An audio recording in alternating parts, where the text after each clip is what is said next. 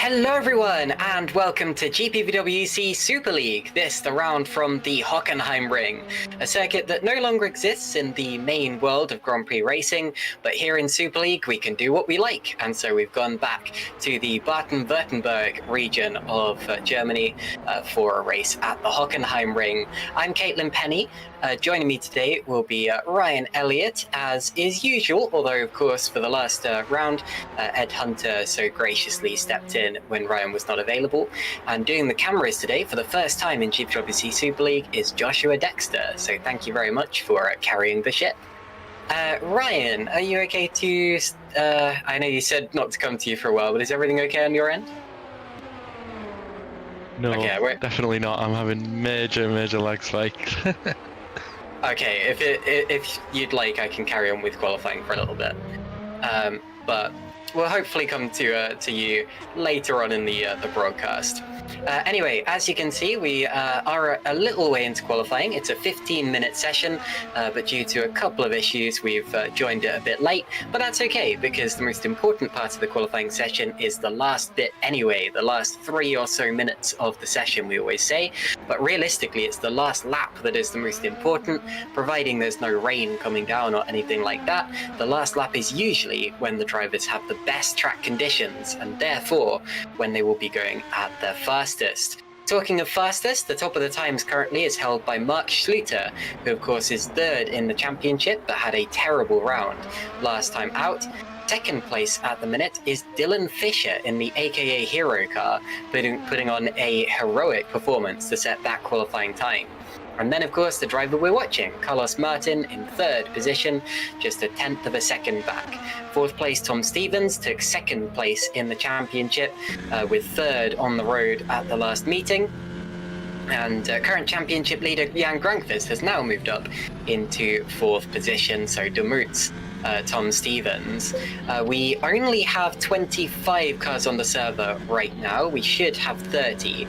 We saw at the last round that the powered by virtual drivers by TX3 cars were missing.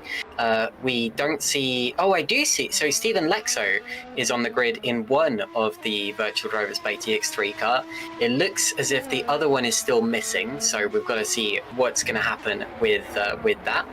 I've been told that one of the Holland Racing Team cars might be a bit late to this one. We've only got Matthias Moos out there. He's currently running in 7th position. The other one will be driven by Alex Lahoe, who is currently doing the R&D test, and it will be hoping to get that all done and then come in time to do 1 or 2 qualifying laps at the very end of the session.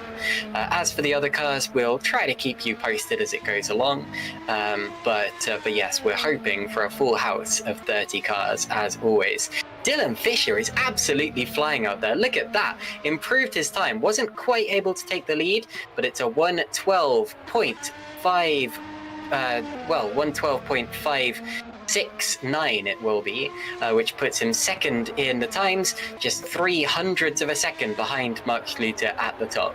Okay, looks like we can now speak to our usual co-commentator, Ryan Elliott. Everything going okay over there?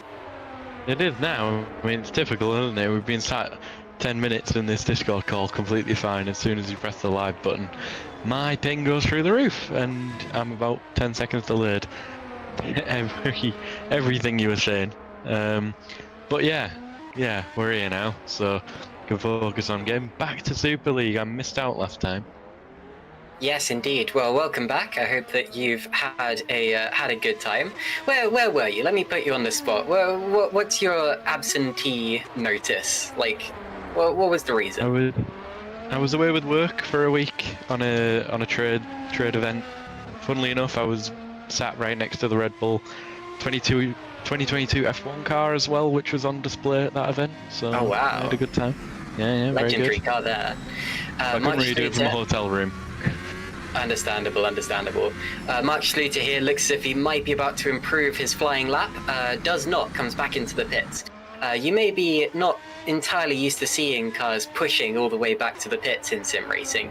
There are other leagues where the cars can just pull over to the side of the road and then teleport back to the pits. We do things properly here. We make them race back to the pit lane, because if they don't get back to the pits, they can't then go out again. But there's no reason to lift off. If you're coming back to the pits, you might as well push, because that gives you more time to do future flying laps.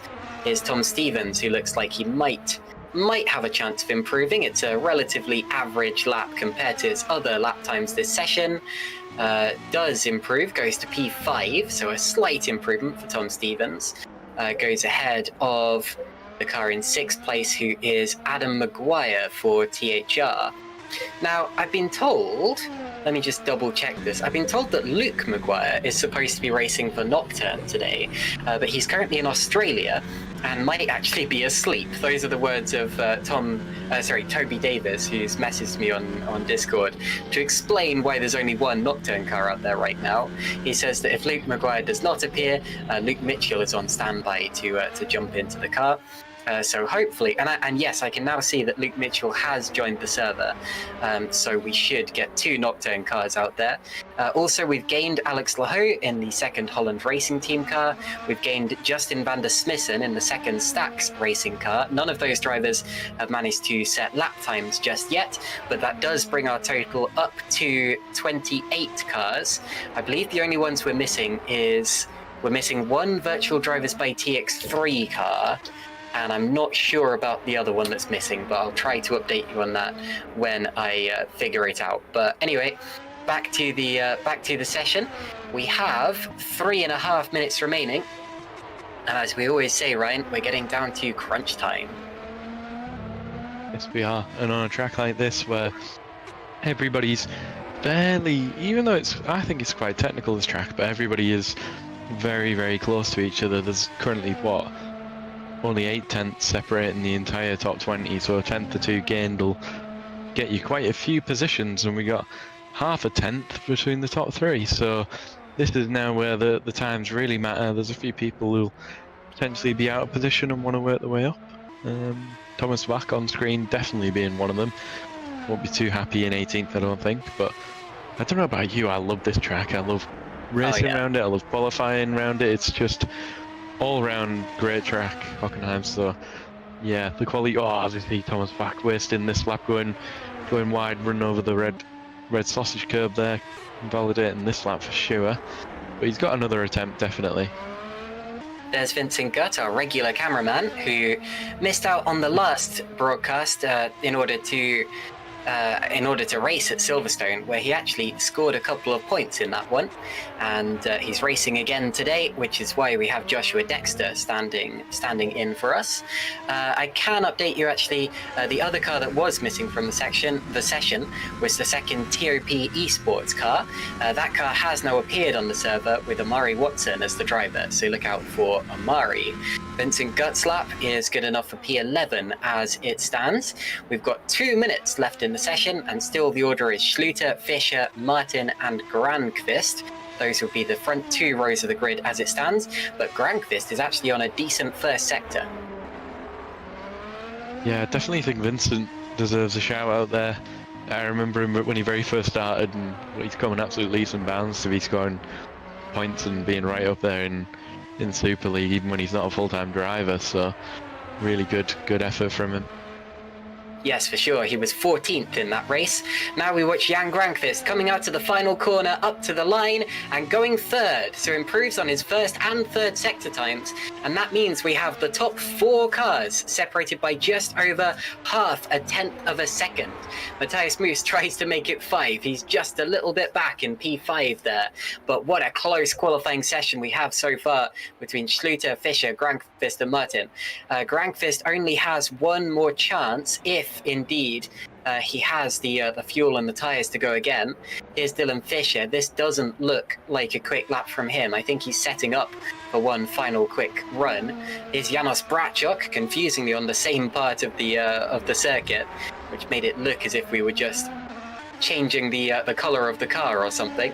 But anyway, we're into our final minute of qualifying now.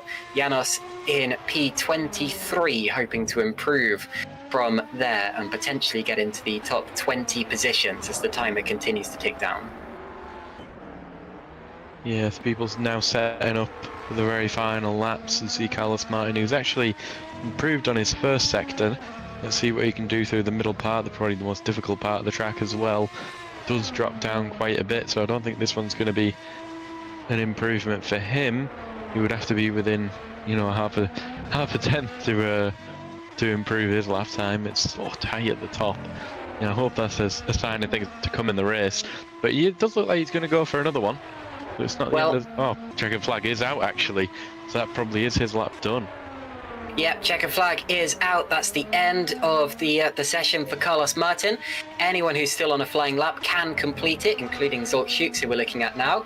Stephen Lexo just went into P10 in the Seoul Virtual Drivers by TX3 car. At least they have one out there today. Zolt Schukes P18 as it stands. I don't think we're going to have a last-minute dash for pole unless Adam Maguire can do anything special. He goes 4th. Oh my goodness, he was only 400s off. So we now have the top 5 cars separated by just over half a tenth of a second. That is a really close qualifying session. Let's take a look at Chris Shepherd if we can. Is he still on a lap? Might have just completed it actually. Here's Tom Stevens. Well, Lexo's in the pits. Actually, yeah, let's take a look back to Tom Stevens if we can. Sorry, I didn't even see that he was still on a lap because his first sector time was not great, but he's really made up for it in the second sector. What can he do out of the final corner of this lap? I don't think it's going to be good enough for pole. Tom Stevens up to the line, and it's P6, so he does improve, goes on to the 3rd row of the grid, but that will be where he stays. Alex Laho is about to complete a lap as well. One of the stand-in drivers goes P8, with a fastest first sector of anyone, I think. And that should be it for the qualifying session. So Mark Schluter takes pole position, but the top 5 drivers separated by pretty much nothing. A very impressive qualifying session. Tomasz Wok here, I think it says on my live timing that he's still on a lap, but that doesn't make sense because he'd be really early on in the lap. And he's several seconds off, so this will not be a lap for Tomasz Wok. So it is Schluter on pole alongside Fischer. Great qualifying from Dylan Fischer there, and we'll run you through the whole order and see if we can update you on penalties that might be coming people's way in just a few minutes' time. But Ryan, what do you make of that? I hate to correct you. Look at the top 6 gap. Goodness. 55 thousandths of a second. It wasn't just the top 5. No, that wasn't good enough. We went for the top 6. That is incredible. That's got to be That's got to be one of the tightest qualifyings we've ever seen in Super League. Yeah, that's unbelievable. I saw Tom Stevens go to 6th. I didn't realize he was that close to snatching away a couple of positions. And of course, half a tenth of a second, that's about as long as it takes you to blink. You can't imagine that. 6 cars crossing the line at exactly the same time and somehow having to pick apart who was slightly further ahead. But that's racing sometimes, and that's GPVWC Super League. And it also demonstrates how competitive THR might be today, because both of their cars are in that fight for the lead. Both of their cars were within that half a tenth of a second, or just outside in the case of Tom Stevens. Both Holland Racing Team cars up there as well in 7th and 8th. So here's the qualifying order. Mark Schluter on pole, Dylan Fisher 2nd, Jan Grankvist championship leader in 3rd position, then Adam Maguire, Carlos Martin, Tom Stevens, Matthias Moos, Alex Lahoe, Jeffrey Fournier and Daniel Stepkowski are the top 10. Then we go to Stephen Lexo, P11, Chris Shepard, P12, then Vincent Gutt, Robin Panzer, Matthew Williams, Hygo Poom, Tomasz Wok, Thomas Harvey, returning after a year away, Stein Hangraf, and Zolk Schukes, who is P20, sorry. And the final 9 drivers are Moritz Kropp, Philip Pushke, Jakub Ekalalu, Janos Brachok, Janssen Bintz, who is yet to finish a Super League race, so good luck to him today. Luke Mitchell, P26, and then the final lap time that was set went the way of Justin van der Smissen. 2 drivers were unable to set a lap time, with those being George Zalagianis and Amari Watson, and 1 car unfortunately did not make it to qualifying, which is the second Virtual Drivers by TX3 car. So that's your order. We'll have 29 cars on the starting grid, hopefully, and some of them very, very close in terms of timings. I'm just going to have a look at the order actually to see if there are any penalties coming the way of any particular drivers. Looks like Alex Lahoe might have a 5-slot grid penalty for this event after some kind of an incident at the British Grand Prix, which is surprising because he wasn't in the British Grand Prix. So how's he got that? I'm really confused about that, sorry. Great question. I'll try and look that up in the background. It says Alex Lahoe other 5-slot grid penalty. It was from the test session, I believe. How do you get a 5-slot grid penalty from a test session? Correct me if I'm wrong, because Powell is one of my drivers. He's a test driver. Okay, well, could you explain how that's happened? No, I couldn't. I've been a bit MIA for the last couple of weeks. Let me have a look at the. Looks like he overtook in the pit lane, and then makes contact on the exit. Which in the test session. Maybe caused something, yeah. Oh yeah, here you go. Yeah, makes contact with someone in the pit lane, but he wasn't even in the race.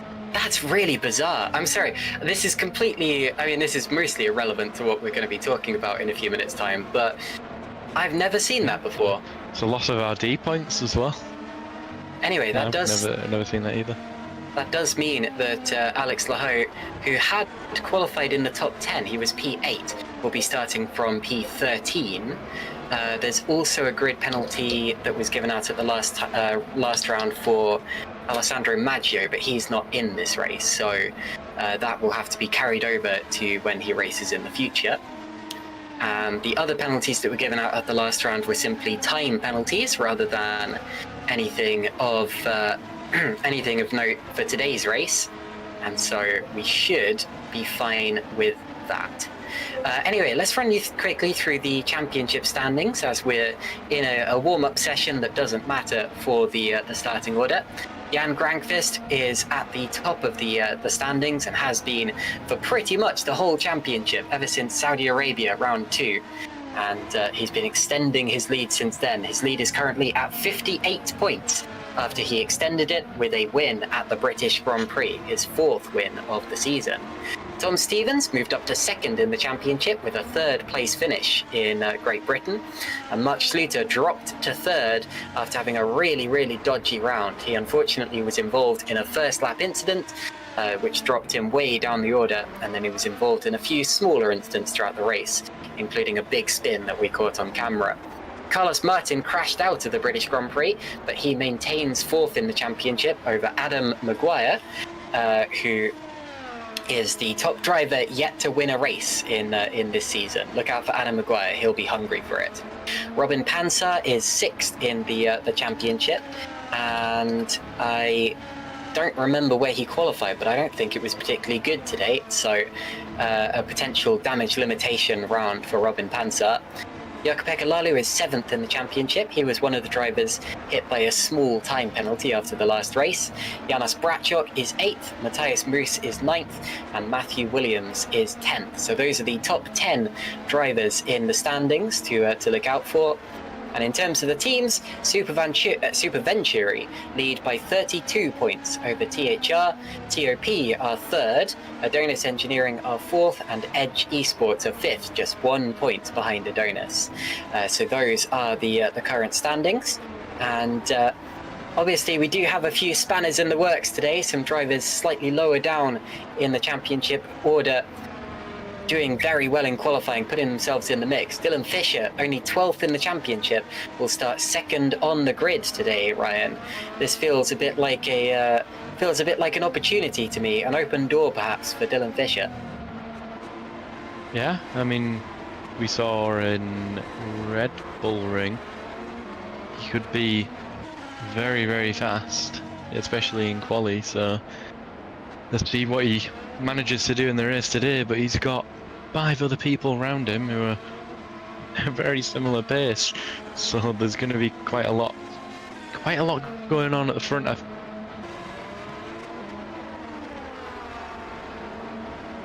And I said it last time, he's just there to do what he wants, basically. He's got no championship to fight for, so. Yeah, for sure. Sorry if I interrupted you.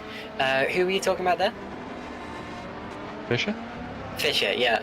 No, I agree. I think he's going to be one to look for. I would say at the start, keep your eyes on Carlos Martin, starting from 5th position. Of course, he did crash out the last race, but Carlos is usually a much more measured and intelligent driver. And having had 2 DNFs in a row, I think that he will be.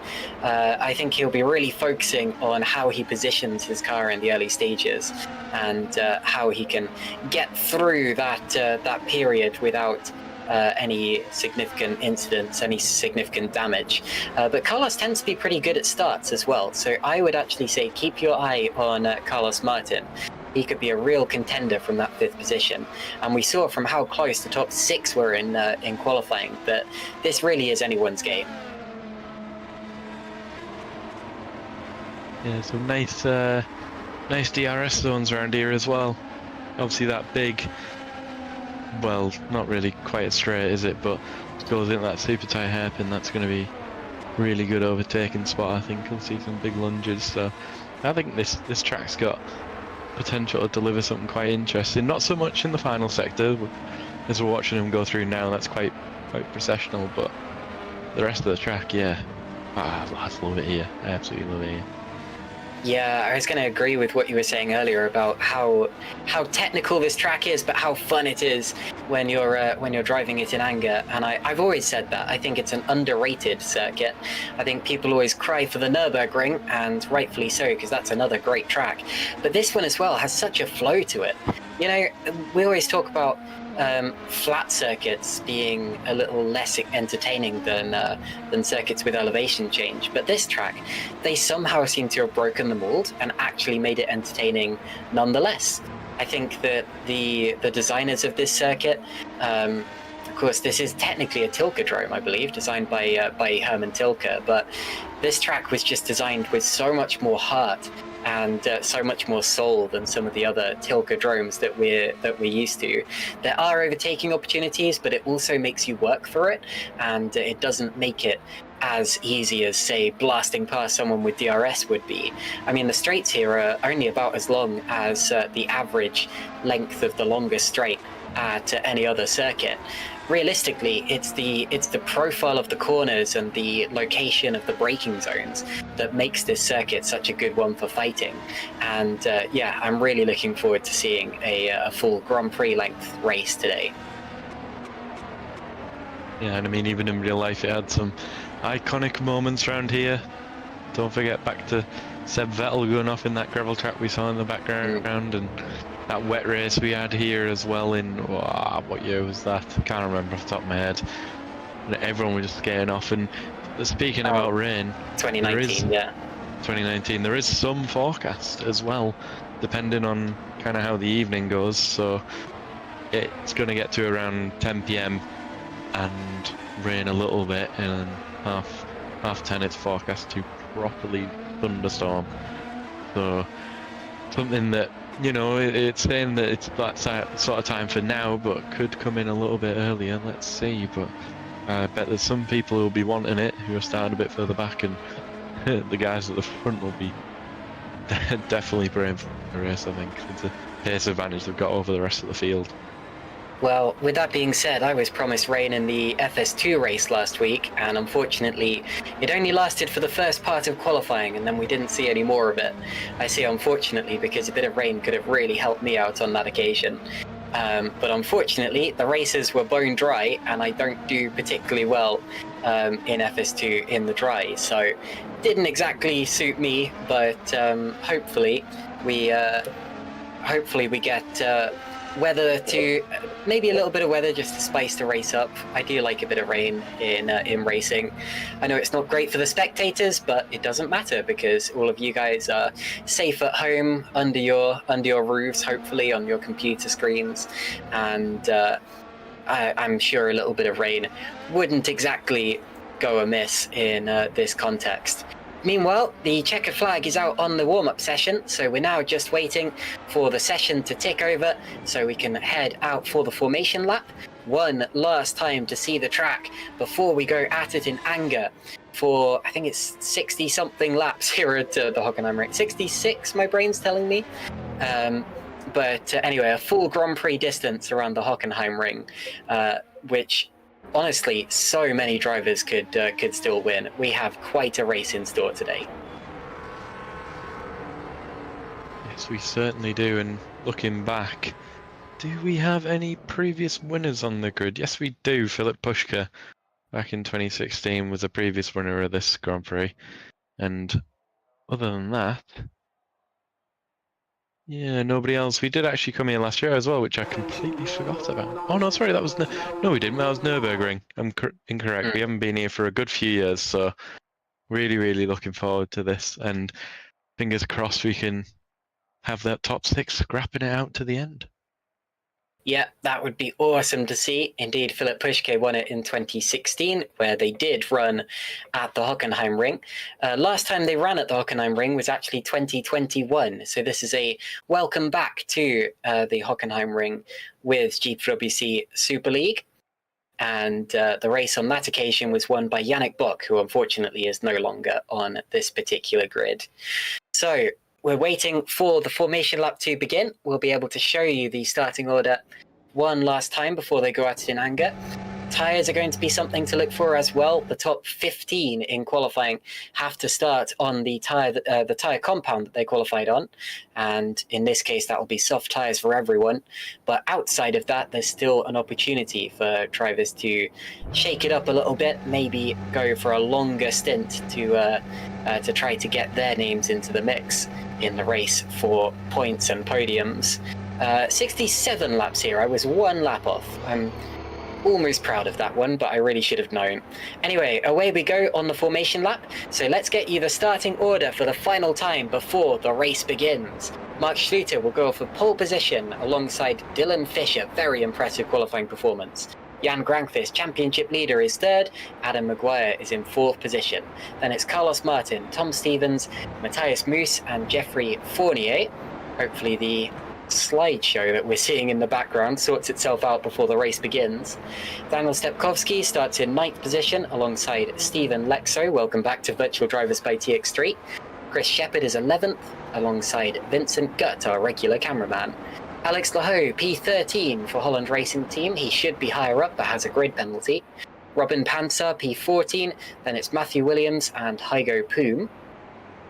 P17 is Tomasz Vuk, then it's Thomas Harvey returning after a year away, Stein Hangraf P19, Zolt Schukes P20. Further back we have Moritz Kropp, Philip Pushke, the only former winner of this race on the grid, Jukka-Pekka Laulu and Janos Brachok. P25 is Janssen Bintz in his third Super League start, yet to finish one. Let's hope he does today. Luke Mitchell, P26, brought in at the last minute to replace the snoozing Luke Maguire. And then, of course, it is Justin van der Smissen, George Zalagianis, and Amari Watson who will round out the grid. I believe the top driver on medium tyres will be Hygo Poom, as is expected. I'm not sure if anyone's on hard tyres. It's always hard to tell from the race view graphics, but Hygo Poom is the top driver on an alternate tyre compound. Definitely look out for him. And as is mandatory, the top 15 are all starting on softs. So, Ryan, quite interesting that almost everyone outside of the top 15 has gone for an alternate strategy here, but I guess that makes sense. If you're starting further back, why not shake things up? Yeah, just do something different, you know? There's sometimes people who qualified out of position as well. You need to do something different. Obviously, some of the guys who are fighting for those positions and think they're going to stay there looking for points just want to do what the other people around them are doing, but a few people, yeah, if you want to try and claw back any time with that top group, you got to do something brave, so I can completely understand it. Okie dokie, so onto the grid we go. If we could see the lights, that would be good, because we're getting ready to start the Grand Prix, and when those lights go out, we will be underway for 67 laps. We just saw Mark Schluter at the front of the grid. Looks like everyone's in position at the back. There are the lights, and when they go out, we will be underway. And it's go! Away we go! Towards the first corner, Mark Schluter's got a good start. Look at Dylan Fisher holding off the cars behind. Carlos Martin there, 5th position, getting hung out to dry through the first corner. We're side by side for 3rd position, a little further up. And it looks as if everyone's got through the first corner okay. There is Jan Grankvist, side by side with Tom Stevens through the first few corners. Carlos Martin now having a look, slipstreaming his way through on the inside of the Parabolica, and here comes Adam Maguire fighting his way through as well on the inside. That's Tom Stevens, my apologies, for the second race in a row, getting the THRs muddled up on the first lap. Little bit of a touch from one of the Epic Racing cars behind, and again they just about make it through in one piece. A very pleasingly clean start. And oh dear, and I've jinxed it, and that's Stephen Lexo cannoning into the side of Chris Shepherd. Shepherd is out of the race. Looks as if Lexo is out of the race as well. There was another car involved at the start of all of that, and unfortunately we have had a crash. It looks as if it was Alex Lahoe who was the other car involved. So 3 cars out on the first lap of the race, right as I was complimenting the drivers for how clean they were. Oh God, Ryan, did you make out what happened there? No, I didn't, but you're gonna get clipped for that. Oh my goodness, what a curse. That was awful. It was a big crash as well. It happened quite early on, and I'm not even sure if they were at the braking zone at that point, to be honest. Need to hopefully get a decent replay of that, but yeah, that was huge. It was looking pretty clean. They made it through that nice tight hairpin, but didn't quite make it through the second sector. Seems fairly steady away so far. Obviously, a few winners, few losers. Fournier doing quite well in 6th position, and Vincent got up to 9th as well. They're both having a really good start to this race. Yeah, I'm just trying to work out who Fournier got past to go up into that position, because I didn't see any significant changes. Where's Carlos Martin? Yeah, we're missing it. Carlos Martin's in the pits. Carlos Martin's in the pits. He must have had damage or something. I didn't see anything happen to Carlos Martin, but you're right. I was looking around for him because I was like, someone is missing here, and it's definitely the TOP Esports car of Carlos Martin. Unfortunately, George Zalagianis has also retired on the first lap of the race. So at the end of the first lap, the order is Schluter, Fisher, Maguire, Stevens, and Grankvist, with the first major change being that Jeffrey Fournier is in 6th, with the retirement of Carlos Martin, or not retirement, but the issues that may have befallen Carlos Martin off camera. Josh, not to put you on the spot or anything, but do we have replays for this race? We do. Oh, well, that answers my question, doesn't it? So here is Stephen Lexo. You can see him running just behind Alex Lahoe. They're going to make contact. There is that contact. Clearly a misjudgment in the braking zone, and the complete innocent victim in all of that was Chris Shepherd, who we're riding on board with now. and he is going to know absolutely nothing about it until he gets wiped out on the apex of the corner. Bang! Right there. And unfortunately, he was out of the race on the spot because there is no way to get the car back to the pits with a missing rear wheel. 3 cars out in that instant. We also lost George Zalagianis, and Carlos Martin has gone conspicuously absent. Yeah, not the best start to it, is it, when you see so many cars go out on lap 1 like that? It's a little bit of a shame, and it's broken up the pack quite a bit as well. Which isn't ideal, but you know, there's still plenty of time, and hopefully we can stay a bit cleaner for the rest of this one. But we're right on board with, like you say, our regular cameraman doing a fantastic job in P11, Vincent Gutt. He's sticking with this pack as well. He's got a little bit of space behind him to relax just for a little bit. As you see, Jan Granqvist setting the fastest lap of the race as well in P4. He's had a good steady start to the race, and he's still within that DRS range as well of the car ahead, so he's got ample opportunity. He has managed to get past Tom Stevens at some point as well. He split the THR cars, which is probably the best thing he could do at this stage of the race. Yeah, of course. So DRS being drag reduction system, you've got to be within a second of the car in front of you through a DRS zone. I've just seen what happened to Carlos Martin actually. As we were riding on board with Chris Shepherd on the replay, with Shepherd being wiped out, I could just see up the road that Carlos Martin was losing control of his car. So he had an accident completely unrelated to the one that happened to Lexo, Shepherd and Laho, but he had an accident just up the road at the same corner where he lost control and then presumably either hit something or got hit. But we know that something happened to him at that corner, and that is presumably the reason that he's been through the pit lane. So right as I was saying, look out for Carlos Martin at the start. Unfortunately, I seem to have caused 2 commentators' curses on the first lap of the race, but you know, I'm not superstitious. It's the first lap of the race. Things like that do just kind of happen. At least that's what I'm going to say to defend myself when they inevitably take me to court over this later.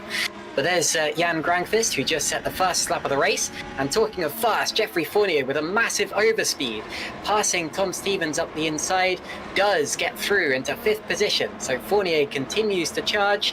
Tom Stevens looks all over his rear end on the exit of the corner, but there's not really any room through. Fournier would have got the best exit anyway, and does have 5th position now, Ryan. Yeah, Jeff's on a pretty hard charge, and Stevens is doing quite the opposite. He's gone backwards a little bit. He was in P4 at one point, but he's slowly dropping back. Could he already be thinking of playing the long game? It'd be early to be saving tyres, like, to know what you exactly want to do right now, but you know, it's possible. Don't count him out at this stage. He might be dropping back now, but ample opportunity for him to come back. There's a Murray Watson fighting with Philip Pushke, and fighting with Justin van der Smissen. And unfortunately, we've lost Janos Brachok from this race. So another retirement, and I haven't seen what happened to him, Zalagianis, or in fact, what happened at the end of the Carlos Martin incident, but you have to say it's not been the cleanest start to the race. And as I say that, someone else is dropping down the order, Moritz Kropp. And Kropp is out. Oh, and there's a tyre in the road. So Moritz Kropp has had an accident, presumably at that corner that they've just been around. Hopefully no one hits that tyre. It should at least disappear from the server soon. But yeah, Moritz Kropp has clearly had an accident on the exit of turn 1 there, Ryan. Yeah, hopefully that tyre gets recovered, because that'd be awful to see potentially one of our top group hit it. And let's see what happens. He's on his own. I guess that he just drops it over the exit. Yep. Yes. So easy to do. So easy to do. It's such a high speed, and that curb, if you just dip a wheel, yeah, well, as you saw, sends you round, and then that's game over. You're lucky to save one like that. Huge crash. That reminds me of Valtteri Bottas here in 2019. Anyway, the leaders are still within DRS range, and there is a bit of a DRS train forming with the top 4 cars. Fournier a little way back. It's a slightly different livery from the AKA Hero car today. It's kind of throwing me off a little bit. I'd love to hear from someone involved in the AKA Hero team about why that livery is different today, whether it's a charity or whether it's commemorating something. Of course, at the last round, THR and Nocturne were supporting various charities that were close to them. Matthew Williams, meanwhile, just swapped places with Daniel Stepkowski. Looks like they might be side by side a bit further back, fighting for 9th and 10th position. And there they are. So Williams 9th and Stepkowski 10th, heading into the Mercedes arena, as it's known. And just behind, and wide, very wide went Matthew Williams. Stepkowski has another chance here to come round the outside. He'll be on the outside again for this next corner, which gets very narrow on the exit. And Matthew Williams is just about able to hold that one off, heading into the Satch curve, the lightly banked Satch curve, which, despite looking like a modern implementation to the circuit to slow the cars down, that arena section has been there since at least the 1930s. And one of my favourite parts of the circuit as well, in qualifying at least. Daniel Stepkowski maintaining P10, but he very nearly got through Matthew Williams there. He's just unlucky that he was on the wrong side of the car. That's actually, I think, Stepkowski losing a position overall.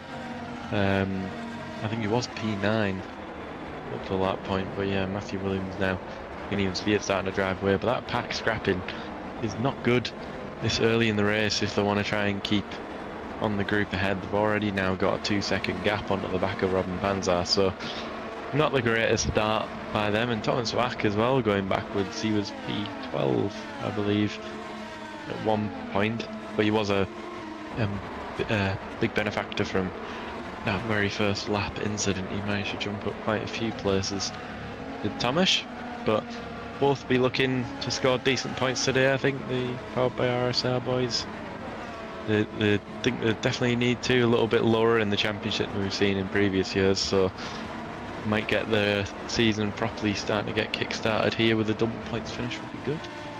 Yeah, for sure. I'm sure their team boss would like that, whoever that happens to be. Yeah. But anyway. Don't know.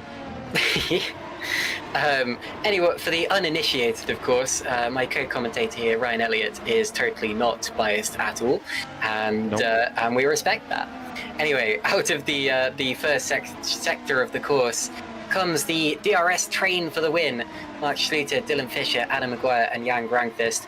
I've just been tagged in a post about the AKA Heroes livery, actually, so thanks to Chris Williamson, the race director, for pointing me in the right direction. The AKA Hero car is supporting, and here is Jokpeka Lalu there, going around the outside of Philip Pushke, which turns into the inside for the hairpin. Good move from Lalu, although relatively straightforward, and look at Pushke getting involved as well. That's Shukes, my apologies. For some reason, my brain is still stuck with Philip Pushke being a Stax driver, but of course, he does not race for Stax, he races for Adonis in this one. But anyway, my brain. Zortax, isn't it? I'm struggling to keep up. Anyway,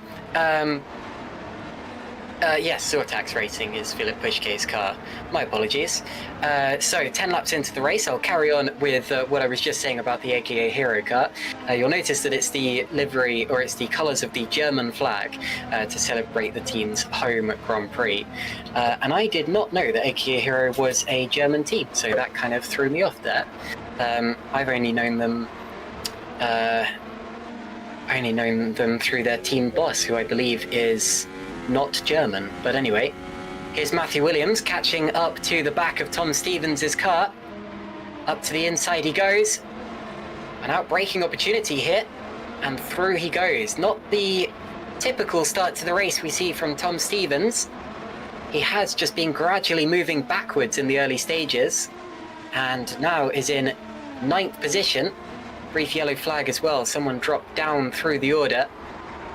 Essentially, actually, I didn't see who it was, but it was someone in the 15th to 20th position bracket. Another brief yellow flag. Hopefully everyone's okay out there. And into the arena section they go. Look at the gap that Matthew Williams has pulled over Tom Stevens already. Do you think Stevens is just biding his time here? I can't imagine he'd willfully give up that much track time. What's going on here? Yeah, he must into be. the pits. What actually goes into the pits? And That's there were so cars. surprising.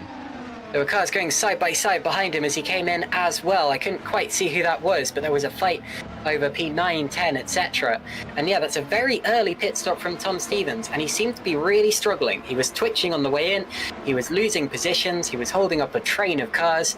You have to ask, did he pick up damage in the early stages? And Maguire's just passed Fisher. I was just looking at the order. Maguire and Fisher are side by side for second place. They went side by side into the hairpin. Fisher has held him off. This might be the opportunity that Schluter is looking for to break away from that DRS buffer. Jan Grankvist as well will be rubbing his hands and going, right, let me at this, I want to get through. But at the same time, they won't want to let Schluter disappear into the distance.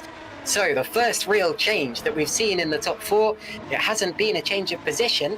And of course, we did see a change of position on the first lap of the race when Maguire got past Grankvist. But that was an opportunity for Maguire to get up into second position, and he was only just not able to make that stick. And into the pits comes Mark Schluter from the lead. Was that Schluter? It was Fisher from second. So Fisher into the pits from second, and it looks like Stevens' early pit stop might not have been as early as we maybe feared, because we have now got Dylan Fisher into the pits from second place. You know, I was literally about to make a point of Tom Stevens maybe going on the slower side, trying to extend these tyres, and he was the first person to pit. That's really, really thrown me off, to be honest. And Grankvist. Thought he was saving it, but yeah, Jan Grankvist now making the move on Adam Maguire as well. Grankvist goes second. They've lost the DRS zone from Schluter. So now it's time to push and see if they can hang on. There's Thomas Harvey passing Vincent Gutt for P8. Little bit of a twitch. Can Gutt get underneath him on the exit? He does, but has to tuck him behind. There's not really any opportunity to outpace your opponent on the exit there, because you tend to find them just blocking your path. Into the Mercedes arena they go. Thomas Harvey, a decent start to the race on an alternate set of tyres. Let me check actually, who's the top driver who started on an alternate set? Looks as if that is Thomas Harvey actually, doing a great job in the Biscara ADG car, which hasn't had that much success thus far this season. Biscara ADG only 5 points to their name and no points since round 2, Saudi Arabia. Thomas Harvey could well be their saviour today. Adam Maguire is into the pits as well, so the first pit window has well and truly kicked off here. In he comes. Where will he come out in relation to Dylan Fisher, who pitted a lap ago? Fisher's being held up in traffic a little bit. He's got Zolk Schukes just ahead of him on the road. And if we can take a look at Adam Maguire, I'd love to see where he comes out. He's behind Dylan Fisher, and there's a car between them. Look, Philip Pushke is between the two cars, and a bit of a lockup from Janssen Bintz. It looked as if he had to take avoiding action there to avoid running into the back of Adam Maguire. That would have been an embarrassing collision, but they get away with it. There is Dylan Fisher going for a move on Zolk Schukes. Behind them, Maguire will go for a move on Pushke. It looks as if they'll both be successful here, and there will continue to be a car between the two pitters, the two early pitters. Not quite the earliest pitters, of course. Tom Stevens is a little bit further back after all of this. I think he's still dropping back. And Stevens, well, he's 10 seconds behind Tomasz Vok, so surely Stevens has had to repair damage or something, because that is not a normal gap that you would expect after just one pit stop. It would make sense, because I saw somebody in the YouTube comments saying that they thought he might have had an incident with Martin. And Martin's in the pits again. Martin just pitted for the second time, and Jan Grankvist is in the pits, so something is still happening with Carlos Martin. Grankvist in, Matthew Williams is in, and Vincent Gutt is in. So Mark Schluter continues to lead the race, now by almost 6 seconds over Matthias Moos. And there he is on the exit, and Maguire slots in just behind, Grankvist slots in just behind Maguire, which is of course where he was before the pit stages. I think Fisher has pitted at just the right time to gain from this. He's pulled away and put one car between himself and Adam Maguire, and Maguire will now dispatch Philip Pushke heading up to the hairpin, but also Fisher climbs up a rung on the ladder at the same time, passing Stein Handgraf. So it almost is like they're climbing a ladder here, and every time Maguire makes a move, Fisher does as well and just gets that slight bit further ahead. Well, it makes it ideal for Dylan, because now if Maguire catches the car ahead of him, it's going to be in the final sector, which is almost impossible to pass in. he's got to almost wait till the next lap to get to a DRS zone where Fisher can slightly drive off in the distance. And that's a car getting well out of the way and off the road, because that's a lapped car. That was the second stacks of Justin van der Smissen. Not the most elegant way to get out of the way of the leaders, but he made it work. As into the pits comes Thomas Harvey. Now that's interesting because he, of course, started on the medium compound of tyre. Also into the pits are Matthias Moos and Jeffrey Fournier in all of this. Fournier, another one of our leading contenders. And Schluter must have pitted because Robin Pansar now leads the race. And Fischer has jumped Mark Schluter. Dylan Fischer jumps Mark Schluter and takes the net lead of the race in the early stages. A very well-timed pit stop, a very well-executed undercut. Here is Jukka-Pekka Lalu fighting with Dylan Fischer, who gets through into third position. Lalu almost gets under him on the exit. Side by side behind them are Maguire and Schluter. That is for position. Maguire gets through. Maguire gets through on Mark Schluter. So Schluter has lost 2 positions in all of this. And Dylan Fischer has the advantage. Ryan, what do you make of that? I mean, I could see it coming. I really could. I thought Schluter stayed out maybe 1 lap too long. And now, if you look ahead of Dylan Fischer, it's his teammate. If I was Heiko Poom, I would be, as it's been described in the past in Formula 1, defending like a lion and trying to hold up the rest of that pack that are trying as hard as possible to catch Dylan Fischer. This couldn't get much better for him, really, I don't think. Pansar pits, as does Jukka-Pekka Lalu, so Heiko Poom leads the race. And if I was him, I would let my teammate by with very minimal fuss and then stay out for as long as you can, because the longer you stay out, the more drivers behind you can hold up. And I say that with the... and here comes Jan Granqvist passing Stein Hangraf. I say that with the caveat that that's not exactly a... I mean, it's not the politest of strategies, but people do it all the time. It's not illegal, of course. He is on the track on the same lap as all of the other drivers around him, and so has the intuition to stay out on his own and refuse to let them pass him without a good fight. Fischer will go through and lead the race any minute now, possibly even in this final sector, because he won't want to be held up through here. Here is Mark Schluter. It kind of seems like he has been, sorry. There's been like a couple of opportunities he could have got past, but he hasn't. Well, Poom, of course, is also on course for a good result today, and now does give the lead to... And he comes in. So I thought he was going to stay out a bit longer than that, but Heiko Poom does come into the pits. And the engineers had a nightmare there. No, it's okay. Heiko is deciding not to sacrifice his own race because he is in his own battle and could well deliver even more points for AKA Hero. Obviously, Dylan Fischer will be scoring more points at this rate, but it's not to say that Heiko Poom needs to sacrifice himself for his teammate, and in some ways it's good that he hasn't done. Meanwhile, Stein Hangraf also made the pit stop and dropped out of the provisional points-paying positions. Here's Robin Pansar slipstreaming past Janssen Vince. Through he goes. That's for 9th position on the road. A few moves happening further down the order as well, and running wide. Someone gets well out of the way. Might be van der Smissen again. Yes, it is, because it's not Zol Schukes. So anyway, after the first pit window, Dylan Fischer leads, followed by Adam Maguire and Jan Granqvist. Sorry, Adam Maguire, Mark Schluter and Jan Granqvist. And the top driver yet to pit is Zol Schukes in P5. Yeah, that gap at the front of the field is still very tight, especially across the top 4, as we saw in that first stint. But even the way the pit stops have shaken out, it's all looking very tight at the top, which is exactly what we wanted to see. And Zol Schukes now pits. Oh, well, he was on their medium tyres, wasn't he, to start the race, though. Finally goes on to, I assume, a set of hards for this second stint. Jeff Fournier and Matthias Muss, 2 good friends off track. Fierce enemies on it, I'm sure, having a good go at each other. In P5 and P6, they are way off the back of the top group, so they can kind of afford to fight each other. And let's see what happens. Here's Jeff go for a move. No, thinks Thinks better of it for now, but Panzer is there in the background, ready to attack in the next lap or so. Indeed. Now I'm trying to investigate what might have happened to Tom Stevens and Carlos Martin, because there may well have been contact between them on the first lap that we weren't quite able to pick up. Tom Stevens, of course, stayed out later, so if he did have damage, kind of dealt with it for a little while. Carlos Martin has been into the pits twice at this point. But there was someone in the YouTube chat who said they thought that Tom Stevens dive-bombed Carlos Martin. We can't confirm that just yet. We didn't get a clear enough view.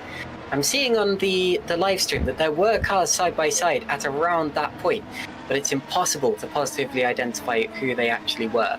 So it may well have been that there was contact between Tom Stevens and Carlos Martin on the opening lap of the race, which would explain why they're now in 20th and 21st positions, as Janssen Vince makes his pit stop from inside the top 15. But anyway, here is Adam Maguire now, who is slipstreaming Dylan Fisher and has a chance and goes through on the inside. Oh, he locks up, he runs wide. Fisher's going to get back underneath him. Dylan Fisher retakes the lead of the race. It looked as if Maguire had that one done and dusted, but you've got to do it a bit more decisively. He goes to the left. They touch for the lead of the race. And he's backing out of it. He backs out of it so as not to take Dylan Fisher off the road. Oh, that was very close stuff. There was definite contact between the leaders there, but I think Fisher held his line. That was just pure clean racing between the two of them, and an unfortunate mistake from Adam Maguire that cost him the opportunity to get through in one clean move.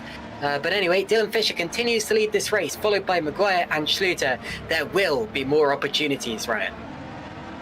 There certainly will. I think Dylan was lucky there that Adam Maguire didn't quite keep his foot in.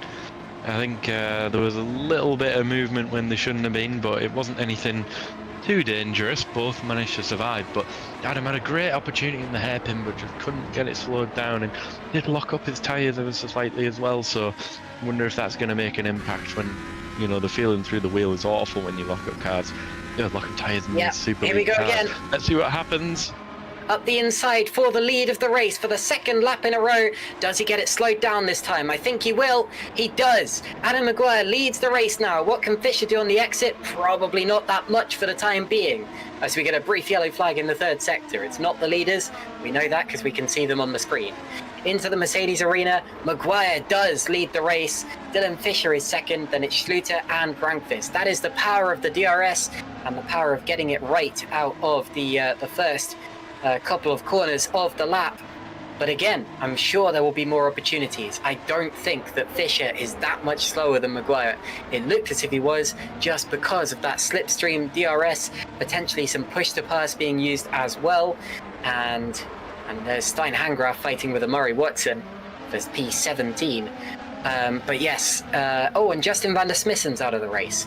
We saw a couple of yellow flags. Van der Smissen was running a lap down and was rather aggressively getting out of the way of some of the leaders, so maybe dived out of the way a bit too aggressively and hit something solid. But obviously that's just speculation. We can't see that. So 22 cars remain in the race from the 29 starters. And will there be any opportunities down the straight this time? If it's going to come, it's going to be from Schluter here, who takes a look, a bit of a speculative look at the back of Dylan Fisher's car. Is Luke Mitchell losing time? Luke Mitchell's dropping down the order as a yellow flag comes out. So something has happened to the second Nocturne car and he's out of the race. So Luke Mitchell becomes yet another retirement from this one. 21 cars remain, Ryan. Yeah, shame to see another DNF there. Obviously, Luke coming in quite last minute, but wasn't doing a terrible job. See Philip Pushker about a loser position to Tom Stevens. Did he hold it round the outside? He could do if he got a little bit of a better exit. He got a little bit of a wiggle on there, but concedes the position for now. Oh my goodness, this is getting feisty for P17, isn't it? That's a good move by Tom, nice and clean. But yeah, Dylan really needs to fight back quickly, I think. Don't get me wrong, I think Adam was definitely helped by the DRS, but I do think he's just got a little bit more pace than Dylan Fisher. So let's see what can Dylan do this time. He needs to attack before he gets attacked by Mark Schluter as well. DRS wide open for everyone but Adam Maguire down this straight here. As they approach the hairpin braking zone, Schluter still a bit too far back. The difficulty here is that you really do not want to run into the car in front of you. I know it sounds obvious, but it's so easy to do because you have slightly less downforce than the car in front of you. The car will brake ever so slightly slower. And if you do go for a move into the braking zone like that, then there might well be contact. And I think there was a little rub between Thomas Harvey and Tomasz Vok, the two different iterations of the name Thomas or Tomasz. And wide, well over the runoff area goes Tomasz Vok. Rejoins behind Thomas Harvey, who claims 11th position. Thomas Harvey, I reckon, will be significantly higher up than that at the end of the race. Potential for a top 8 performance, considering how well he went in the opening stages. Lap 23 of 67 now. We are just over a third of the way into the race. The order is Maguire, Fischer, Schluter and Granqvist pretty much as one. Then Moose fighting with Fournier and Panzer and Williams as well. Daniel Stepkowski a bit further back. Vincent Gart also in the top 10. Thomas Harvey gaining. Here is Mark Schluter, talking of gaining. He's faster than Fischer on the straights. Does he have an opportunity this time? He does go to the inside and forces Fischer to leave the door wide open. He had to. If he turned in, there would have been contact. They're still side by side on the exit, heading down to the Mercedes arena. Fischer will have the inside line, covers him off, and does maintain second position. And good awareness from Mark Schluter as well. We've seen drivers running into the back of each other at that corner in the past. I remember 2 drivers having a massive crash there in Super League back in 2021. Can't quite remember who it was, but I remember it was someone quite senior in GPVWC, possibly even David Fidok, who went for a bit of a tumble through the gravel trap as a result of contact at that corner. But anyway, they got away with it on this particular occasion and continue on their merry way. I think it was Jason Muscat, actually, having racked my brain for what happened last time out, which was 3 years ago at this circuit, would you believe it? And now we continue on to another DRS straight, the straight that isn't straight, known as the Parabolica. We're on board with Dylan Fischer, but Schluter has seemed a little more racy every time they've been up to this corner. And I was going to say earlier on, the difficulty is that if you outbrake someone into that hairpin, there's another car coming straight at you just ahead. So Schluter's got to be extra careful that he doesn't T-bone Adam Maguire, for example, or Granqvist T-boning Fischer or Maguire. But clean for the time being, Ryan. It's really interesting, despite all the kind of attempted overtakes, Adam isn't particularly getting away from them. So if I'm Schluter, and well, Granqvist I think is doing his best right now, I'm watching this happen and thinking, I don't think it's worth it yet. I don't think the overtake's worth it. Unless you're Dylan Fischer, you're just going to be the person at the front burning tyres, or going to be the person trying to overtake every lap and then wasting tyres. I think Granqvist is the dark horse in this pack, personally. Don't get me wrong, he'd have to make a few positions up, but yeah, I think this is going to stay very tight even into the third stint. I think you do always want to lead the race, but you do make a good point here, as we see Schluter within 0.4 of a second of Dylan Fischer. Let's see what he can do as he approaches the braking zone, goes to the inside once again, and once again Fischer is forced to leave the door wide open, and again they're side by side on the exit, down towards the Mercedes arena. We saw Fischer come out on top last time they did it. Still side by side, it's going on a little longer than it did before. And if Schluter can hold on the outside, he'd have the inside line, but he does not. So yet again, Fischer comes out on top. But you're right, Maguire is not getting away at the rate that he maybe could if Fischer and Schluter continued to fight like that. What I was going to say is, I think you always want to lead the race just for that track position advantage. But you do make a good point that if you do lead the race and it is relatively easy to overtake, then you're just burning up your tires and you're wasting time. And of course, the driver behind you can just blast past whenever it suits them. I'm not sure it's quite that simple here. I think you do have to still fight for an overtake, but you do also have to consider what leading would mean for you later down the line, Ryan. Yeah, so I'm interested to see this time round, right? Schluter seems to leave the overtake. He doesn't get that far alongside, even though he's got the massive overspeed, and that's why Fisher seems to be able to hold it every time. It's happened twice now where he's managed to hold it around the outside, but doesn't quite go for the overtake this time. But I just think he's not pushing hard enough on the inside to get that move done. Very easy for me to say in the comms box. I am not a Super League race winner, but he's just lacking a little bit, and it's allowed Fisher to hang it around the outside into Mercedes twice now. So yeah, it's, you know, there's still time, and he maybe doesn't want to push too hard and potentially lock up. I get that as well, but yeah, if I'm Fisher, I'm nervous. If I'm Slater, I'm nervous. And if I'm Maguire, I'm kind of rubbing my hands together right now. Even though he's, you know, the one who should have all the pressure on being the leader, it just seems like he's just chilling a bit. He didn't look like he's pushing too hard, but yeah, he's just not getting away like I thought he would. Now, could we, if it's okay, have a look at the tyre compounds that the drivers are on? Because I'm actually finding it very difficult to work out with the wheel rims being different colours. Maguire is on a different set to the drivers behind him. That's interesting. I thought that might have been the case.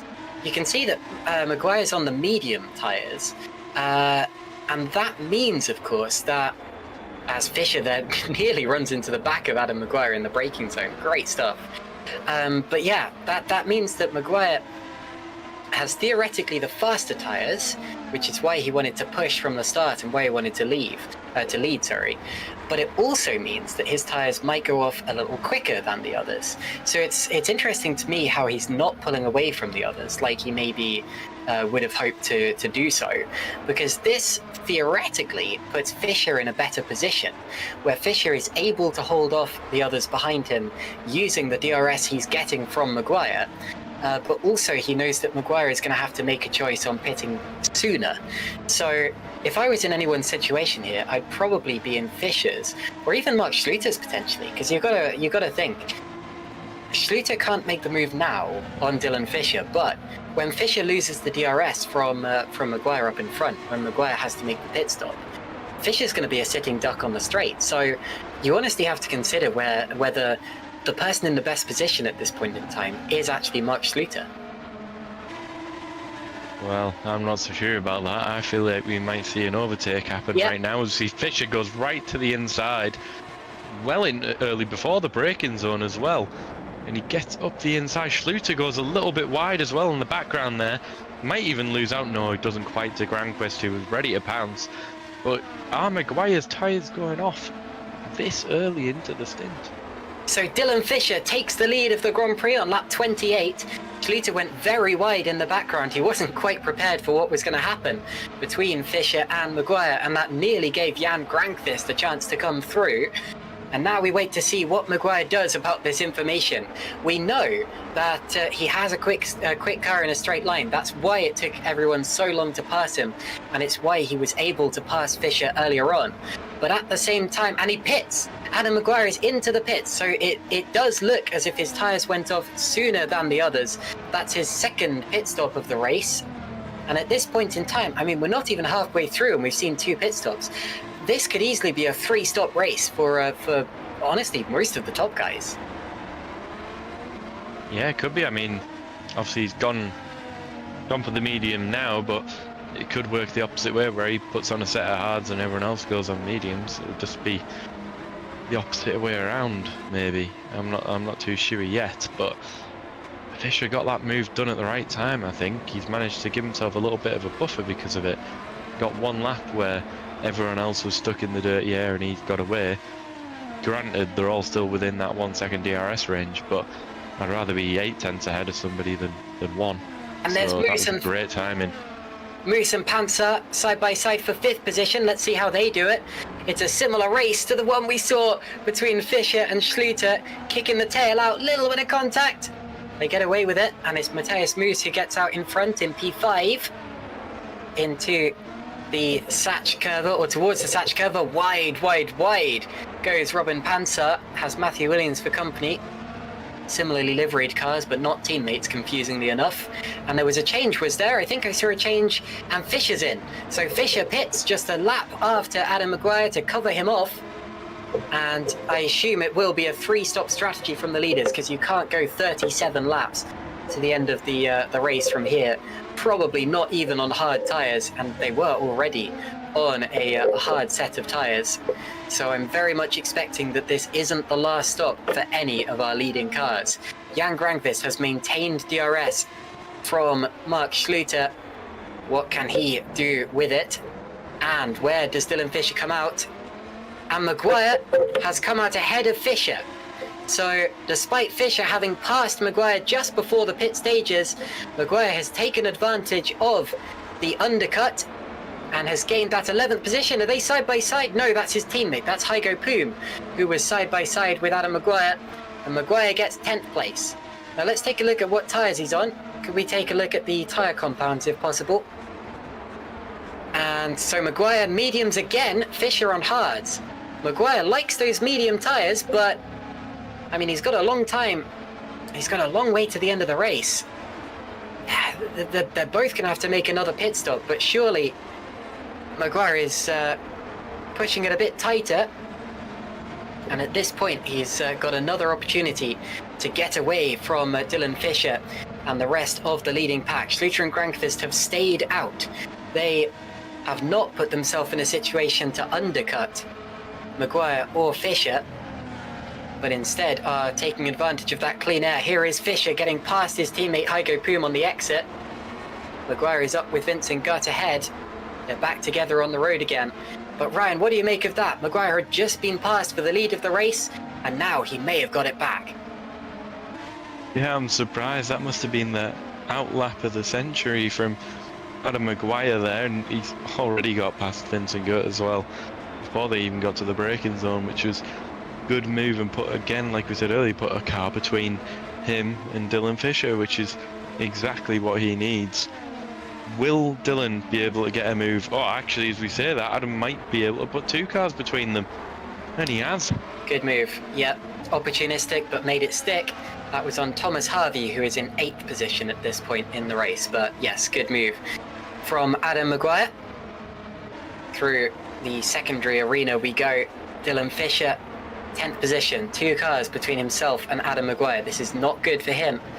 But he's got to remember, he does have a tyre advantage.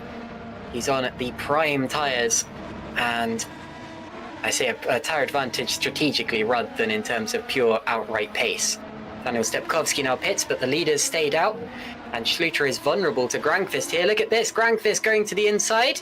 They go side by side, and Granqvist does take the lead of the race. The championship leader goes to the front, but they're staying out significantly longer than their rivals. And how that translates is yet to be seen. But Ryan, Granqvist takes the lead now, and there's not much that Schluter can do about that. He didn't have a DRS from anyone ahead of him, and so he was vulnerable on the straight. And Fisher gets Gutt. Sorry, Fisher is up the P8 now with just 1 car between himself. Gutt's coming back at him here, look. Made him go defensive. Oh, runs wide. And then loses another position. Not the greatest, not the greatest idea from Vince there, but yeah, Jan he's just been biding his time, hasn't he? And now he's taken a overall lead currently, obviously not in the net, but ahead of Schluter's one car down, and these guys are just banking laps right now, saving laps off future stints, so they'll have fresher tyres than Dylan and Adam will, which, you know, we're not sure how it's going to work out in the end, but it could potentially be a winning strategy. Through the second corner of the lap goes Dylan Fisher. We're only just about halfway through this race. It's felt like a relatively long one, but to be honest, I think that's just because so much has happened. There's so much we can talk about. Fisher side by side now with Thomas Harvey, does go through. Keep it clean in the braking zone. They will. Dylan Fisher P7. Adam Maguire just up the road, but has got away. You can see the advantage of cutting through the traffic quicker. On this occasion, it's equated to 3 seconds, and that is the gap between Adam Maguire and Dylan Fisher. Schluter keeping within DRS range of Grankvist. They have stayed out yet again. Remember, strategies are never as simple as we make them seem at the midway point of the race. Last time out, we were waiting for Jan Grankvist to make another pit stop, and yet he did not. He ran almost the entire race on one set of tyres. Did a George Russell, if you want to equate it to a rather unfortunate event that happened recently, but was able to hang on and win the race from Robin Pansar on that occasion. That will be fresh in his memory. Maybe, just maybe, he'll think he can do it again. Matthew Williams here, P13, on the back of Zolt Schukes. And I'm reading the YouTube chat, which is saying that right now in Hockenheim it is raining. there does seem to be a bit of mist over the circuit, doesn't there? Yes, yes, You know, it does. I wouldn't be surprised. Let me check RaceView quickly. Oh, it's drizzling. Yeah, RaceView says it is drizzling now. The rain is coming down, and I noticed that there was a bit of a fog descending over the track. That fog is rain. Oh yeah, you can see the rain now, definitely. So here it comes then. And this is really good news actually for Jan Grankvist and Mark Schluter, because if everyone is going to have to pit for intermediate tyres, then that means Grankvist and Schluter will do one less stop than Adam Maguire and Dylan Fisher have already done. Maguire and Fisher will be going, darn it, couldn't you have come, 10 minutes earlier? We'd have held out till the end of this stint and we'd have pitted for inters. But that's not how the cookie crumbles sometimes. You've got to react to what's going on out there, but you also have to be a little bit psychic. Read the mind of Mother Nature and see what's going to happen in the immediate future. In this occasion, it's not quite intermediate weather yet. You can still see the dry patches on the track. Here's Robin Pansar now up the inside. Goes through on Jeffrey Fournier for P3. Pansar having finished second at the last race in a very impressive one-stop performance where he didn't lose sight of Jan Grankvist for the entire race. As I think there was a move a bit further back, maybe Matthew Williams on Jukka-Pekka Lalu, and there they are. Racing for P11 and P12, Stepkovsky and Stevens are going at it as well for P15. So now we ask the question, will the rain hold up? No, it hasn't. The rain has stopped.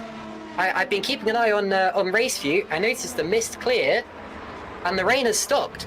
So I was just saying that it would be good news for Jan Grankvist and Mark Schluter. They'll now be going, well, what was that? Don't you have any more in your tank, rain?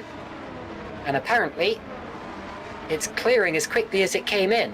So now we've got to wait and see, was it just a brief shower or was it a precursor to something that's coming later? And has the rain stopped for good, Ryan? Yeah, well, the rain was predicted. Actually, I was wrong earlier when I said 10 p.m. It was for 9 p.m. So we're 10 minutes away from when it was originally forecast to start normally raining, and then it's going to be another 30 minutes before the thunderstorm. Is that local time though? Because they're an hour ahead. Yeah. That's what I meant. So it's 10 p.m. over there, but 9 p.m. here. Ah, gotcha. Here, of course, being the United Kingdom, where that's okay. But of course, we do have viewers from all around the world, so I just wanted to specify what time zone we are talking about here. It is currently 10 p.m. local time. We're 6 minutes off 10 p.m. local time, and just over halfway through this Grand Prix now. And I'm going to continue to keep glancing back at the weather. Still a track temperature of 45 Celsius, so any rain that came down would have evaporated relatively quickly. And I reckon the track's going to feel pretty much bone dry at this point, despite the fact we just had a shower. It wasn't a very big one, Ryan. I was expecting more to come. Well, there might still be some. There might be. There might indeed, but we'll have to keep looking. Into the pits comes Hygo Poom. I think anyone who's pitting now is pitting out of necessity from having exhausted the best of their tyres, as Schluter takes a look at Grankvist. Goes up the inside. Will he go back to the lead? They rub wheels coming out of the hairpin now. These two holding out for rain, but it has not come. Oh, he's going to be so close to the rear of Jan Grankvist's car into the Mercedes arena. Grankvist slightly wide, but does maintain the lead for the time being. And all they've succeeded in doing is costing themselves a little bit more time in this race. The rain is starting again. Yeah, you're right, it's ever back. so slightly going again, yeah. It is on and off. You can tell when it's starting because you see that little foggy haze fall over the track. And that, of course, is how the cameras adapt to the rain coming down. It's still just a light drizzle here. And Grankvist and Schluter are thinking, right, strategy back on. Stay out, stay out. And they'll stay out right up until it gets a little too slippery to stay on those slick tyres. And the intermediates get quicker. Here's Adam Maguire now, chasing down Matthias Moos. Praying for sunshine, as we expect. But I don't think it's going to work. You simply cannot tell in a race like this. He's slipstreaming his way. He will slipstream his way past Matthias Moos here, although Moos does actually have DRS from Fournier up ahead. He's just over a second back now, but he would have been within a second in the DRS detection zone. Doesn't matter for Maguire. He might have had to use a little bit extra push to pass if he used any at all to get past Matthias Moos there, but did end up going through without much time loss at all. P5 now, through the middle part of the circuit. But Grankvist still leads from Schluter. Panzer currently third, and it's at this point in the race that we've got to stop talking about a net order. This could go any which way, depending on what the weather does and how the drivers react to it. I have a feeling that this is going to get spicy. The rain's still ever so slightly coming down. It doesn't look too torrential though, but all of the forecast says that there is a big shower coming. So let's wait and see. But these guys, their tyres must be absolutely gone. Fisher had pitted when he was on the hard tyres, like what, 7-8 laps ago now? Maybe even more. It was about lap 30, wasn't it? Somewhere around there. These guys must be praying for a proper downpour. In this camera here at the hairpin, we can see the rain quite a lot. Everywhere else, it seems to be not as clear and not as visible on the cameras, at least. I don't know if it's coming on and off or what, but I think it does rain at the same intensity all around the circuit. yeah. But of course, it will affect different surfaces differently. There are parts of the circuit that will be easier in the rain, and parts that will start to get treacherous a lot quicker. The Satch curve really isn't one that you want to be slithering through, because, I mean, in real life, the water kind of runs down it, creates little rivers. That's what caught out Sebastian Vettel, and Grankvist has just dropped back. Mark Schluter has just retaken the lead, and that's because Grankvist is in the pits. So what does he do now? Has he stayed out long enough? Is it intermediate tyre time, or is it still too early? He's got to do something. They prop him up on his jacks. They'll plonk him down. And out he goes. What tyre is he on? It doesn't say yet. It's saying hard tyres. Now, sometimes it takes a few seconds to adjust. I would be surprised if he was on hards, actually, because if he does, even if he did need to go onto another set of slicks, if he does have to pit again for intermediate tyres later on, surely he'd want to maximise this stint on the grippiest tyre possible, so he'd want to go for softs or mediums. But hard tyres, it seems like he is on hards. He's probably expecting the rain to go again. So Schluter now potentially has an advantage where he'll be behind if he pits now. He will absolutely be behind, but he also has the opportunity to react if the weather starts coming down, and he would lead the race if everyone went on to Inters now. Wow, Ryan, what do you make of that? Hards for Jan Grankvist. And in, Max Schluter in the pits. I'm not surprised looking at the intensity of the rain, at least at this point. They've gone yellow in sector 3, I'm not sure why, but nobody drastically dropping down, it looked like. But yeah, it just wasn't coming down enough, I don't think, for these guys. I'm sure I just saw a position change high up in the order. It was Fournier. Fournier dropped one place. Yeah, so Matthias Moose has passed Jeffrey Fournier there. He just went in the pits, I think. But... That'll be why. Sorry, that panicked me a bit there. But Schluter has also come out on hard tyres. Look at that. So, presumably, the track is still well enough, or well dry enough for slick tyres. And that puts Adam Maguire back to the lead of the race, followed by Robin Panzer, who has not made as many pit stops as the others. And I'm quite surprised that they pitted them, but I think they probably had no other choice. The tyres were just wearing down, and they were going to be caught at that rate. But if the rain stays at this intensity, it could well be slicks to the end, despite the drizzle. Goodness, this is very interesting. And look at this, Stein Hangraf and Heigo Poom are the first drivers to attempt intermediate tyres. I guess they've got nothing to lose. They were outside. Well, I believe Poom was just inside the top 15, but they were right down the order anyway. Both of the TOP esports cars are in the pits. Carry on, right? They could be sacrificing Hygo a little bit.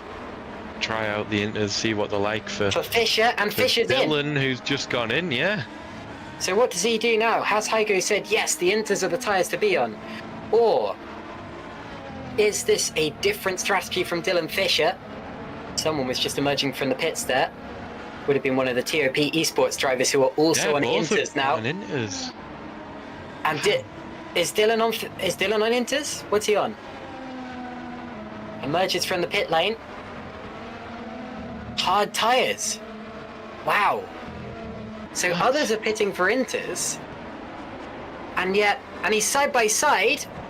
Oh, that's Lally. Sorry, my brain sees a Super Venturi and equates it with Grankvist. But of course, Grankvist and Schluter stayed out for so long in that last stint.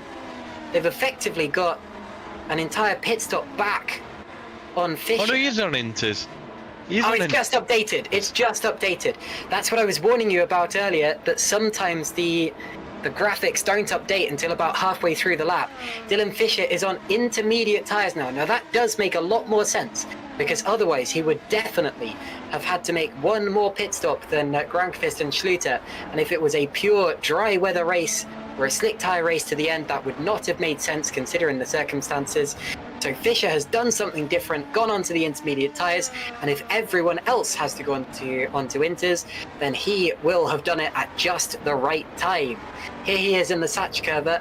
Is the track ready for him? Panzer, Grankvist and Schluter are all in the pit lane. The track surely now is ready for intermediate tyres. Yeah, them going for the pit stop now means only one thing. Has Dylan pulled an absolute ace out of his sleeve here? Is he going to jump into the race lead? Provisionally, yes, he is. Is there a big gap as well? But he's got Panzer right on him now.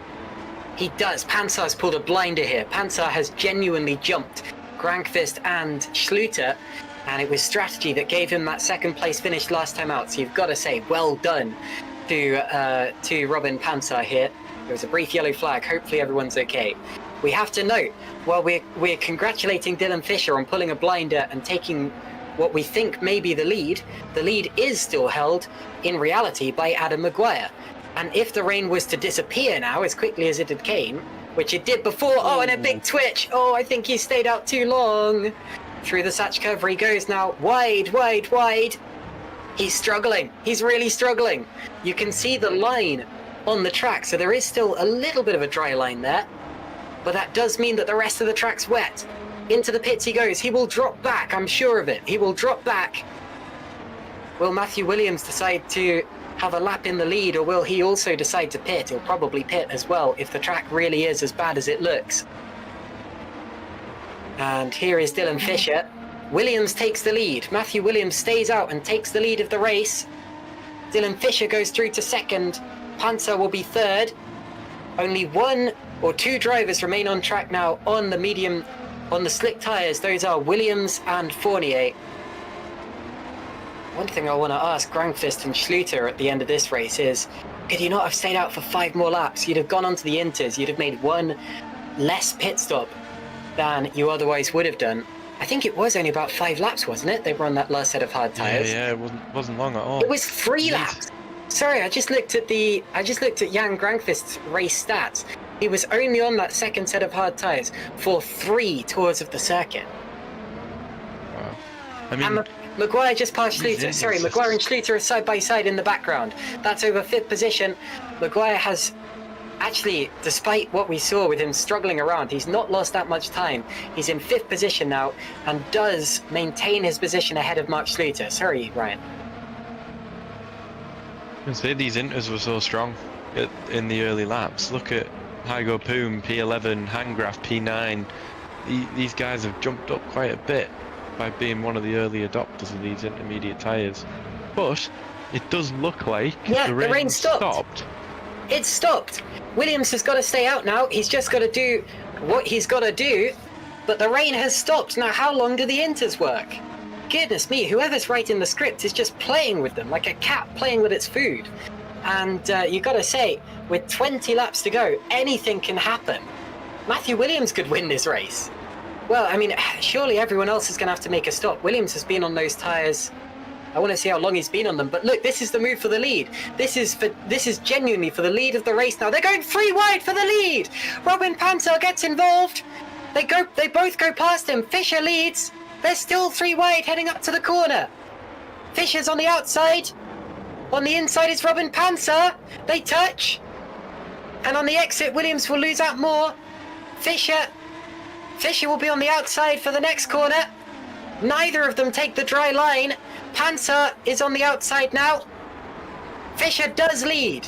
Fischer takes the lead of the race. Panzer is second. Grankvist goes through to third. Williams continues to drop back. He's now 5th. I think. Has the rain just started up again? Yes, it has. The rain is coming back. What is going on here at GPVWC Super League at the Hockenheim Ring? Amazing race. It's so unpredictable. It just keeps stopping, starting. If you're Fournier and Williams, you're absolutely cursing right now.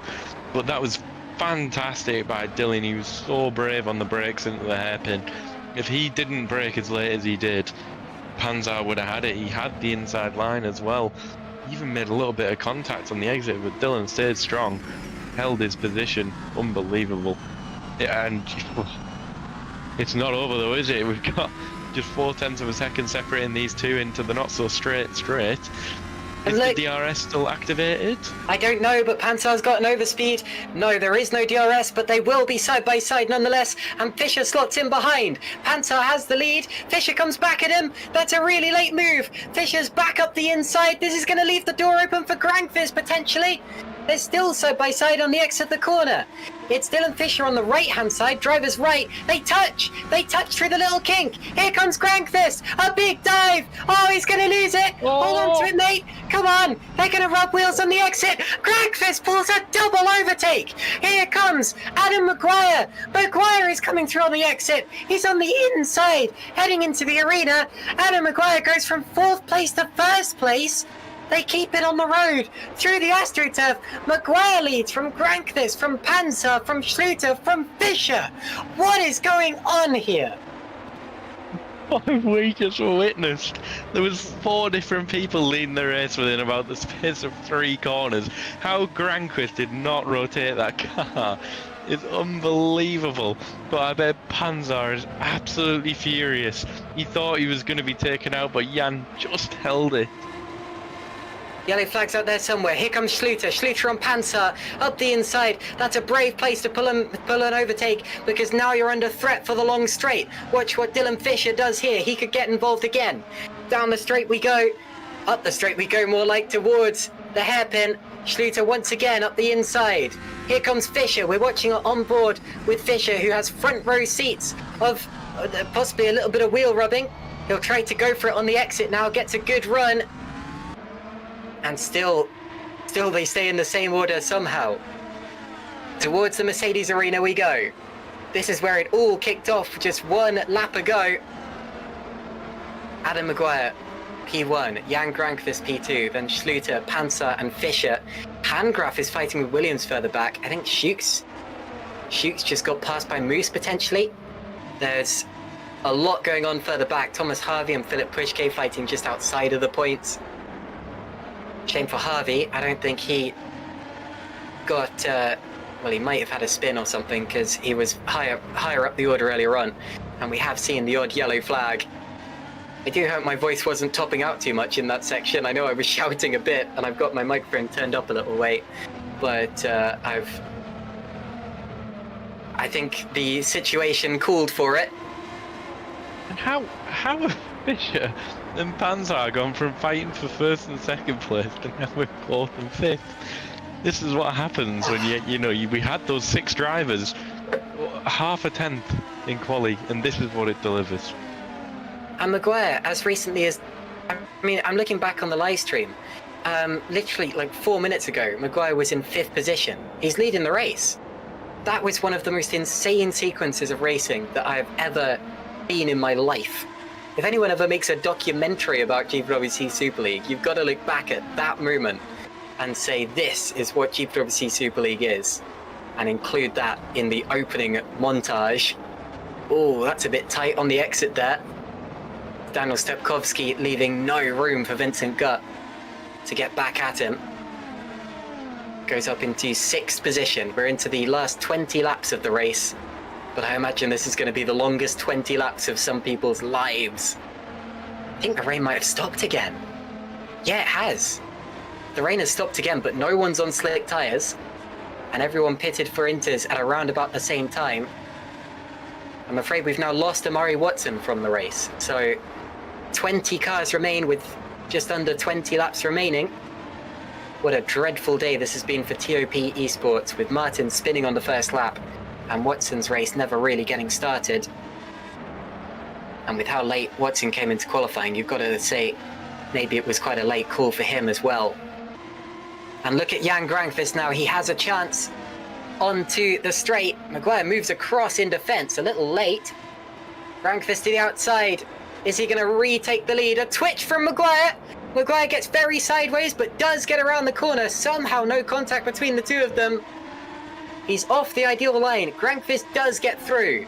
Jan Granqvist once again leads the race. Now we head to the braking zone. Granqvist leads. Goodness me. And I didn't really get time to talk about it when everything was going on, but what a double overtake Granqvist pulled earlier on. It looked as if he was going to career into the side of Robin Panzer, and yet somehow came out on top for all of about 20 metres before Maguire put on a charge. But now if the rain continues to stave off, you've got the question of, is the track going to be ready for slicks before the end of the race? And if so, do you jump?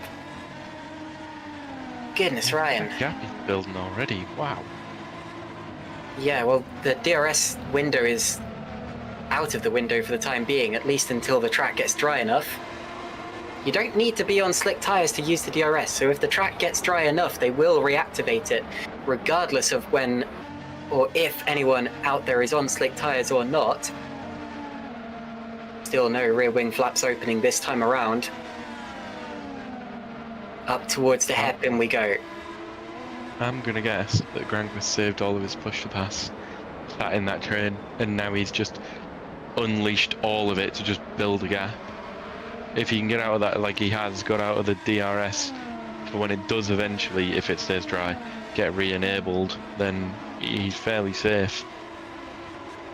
I like this from Ed Hunter. Caitlin trying to script the documentary live, leave it to the editor. Yes, indeed, as we see Williams passing Stein Hangraf, or at least going side by side. Is this Hangraf trying to make a move, actually? He's had quite a good race here. But yeah, thanks as always to Ed Hunter for the highlights packages. Ed, you are going to have your work cut out for this one. Whew. But anyway, I've seen a few other YouTube comments throughout the race that I've liked that I haven't quite been able to comment on. A few slightly disgruntled drivers coming in earlier on. I noticed Alex Lahoe rather sarcastically saying, well, that was good while it lasted. I enjoyed that half a lap, because that was all it was before he came into contact with Stephen Lexo. And we've had other drivers from up and down the career ladder getting involved as well. I've noticed the perpetual favourites, Flo Geyer and David Fidok, in the YouTube chat earlier on. Hello to both of you guys. Meanwhile, you're right, Granqvist has been building up quite a gap, hasn't he? Even if DRS was re-enabled now, I think he'd be safe from Adam Maguire behind. So, for the time being, Granqvist has got this, but... And I'm afraid We now have no former race winners in the race because Philip Puschke has retired. So 19 cars remain. Janssen Bint's in the pit lane. I'll keep an eye out to see if he's going for slicks. You can tell there's a dry line, so it wouldn't be the craziest thing of all time. The track's still relatively warm. Oh, I panicked for a second there because I thought it briefly said Williams was on dries, and I was like, when did that happen? But no, that's just waiting for it to update itself. Janssen Bint is indeed on dry tyres. He's in last of the runners, but crucially, he's still running. And we'll have to wait and see what he can do with that. There is also the extra factor that you touched on earlier, that he does have a teammate in this race he can report back to, who will be able to score more points. And that looked like the rain starting up. I saw the fog. Yeah, there we go. I saw the fog returning. And the rain has now restarted according to my race view. Oh my goodness. Whichever way you think this race is going to go.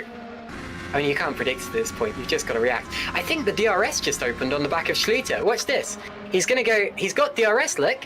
He's going to go to the outside of Adam Maguire. Oh, big twitch from Maguire once again, just like we saw when he was side by side with Grankvist. Maguire fends him off. Oh, and a late defensive manoeuvre. Schluter takes a look to the left. Not quite able to do a dummy manoeuvre into the Mercedes arena. That may just be one lap of DRS that he got there. They may be about to disable it again, and they certainly will if the rain keeps coming down. It's not the race director who decides when you get to use DRS. It is an automated system. Schluter got very close to the back of Maguire there, but... Oh, and wide! Wide went Maguire. He's run wide, and through goes Mark Schluter. That didn't even look like an overtaking opportunity, but Maguire's handed it to him on a plate. He's now got to remember that it's not over until it's over. There's still plenty to come in this race. And that means that Schluter's now through to second, but 3 seconds behind Jan Grankvist, Ryan. Yep, Jan, you went a pounce and he's made the most of it. Schluter really got stuck behind Maguire for a while there, but let's see what Schluter can do now. We've seen it before where he's taken seconds out of people in front of him. And who knows, if the track keeps getting a bit drier and drier, obviously it's raining right now, but there's possibility these inters could get absolutely shredded as well. So, let's see. This reminds me of, if anyone's been watching the Olympics and saw the triathlon, this reminds me of that, where it's an endurance race and everyone starts off in a pack and you're kind of pacing yourself against each other as Robin Panter up the inside now of Adam Maguire goes through. Great manoeuvre from Robin Panter. There's more to come there. Maguire seems to be struggling. Maguire's made a few mistakes these last couple of laps. Look, Dylan Fisher's coming through as well. You've got to ask whether Maguire's taken too much out of his tyres, and Fisher does get through. Good move. And Fisher maybe a little bit wide on the entrance to the Satch Curve, gets it turned in. But yeah, of course, the triathlon is a bit of a game of chicken, because when you reach the end of the race, the running stage, it's all about who pushes when and who's left enough in their tank to really fly. But Dylan Fisher now into the pits, Adam Maguire into the pits as well, and providing the rain keeps coming down, this will be the final pit stop for those two drivers.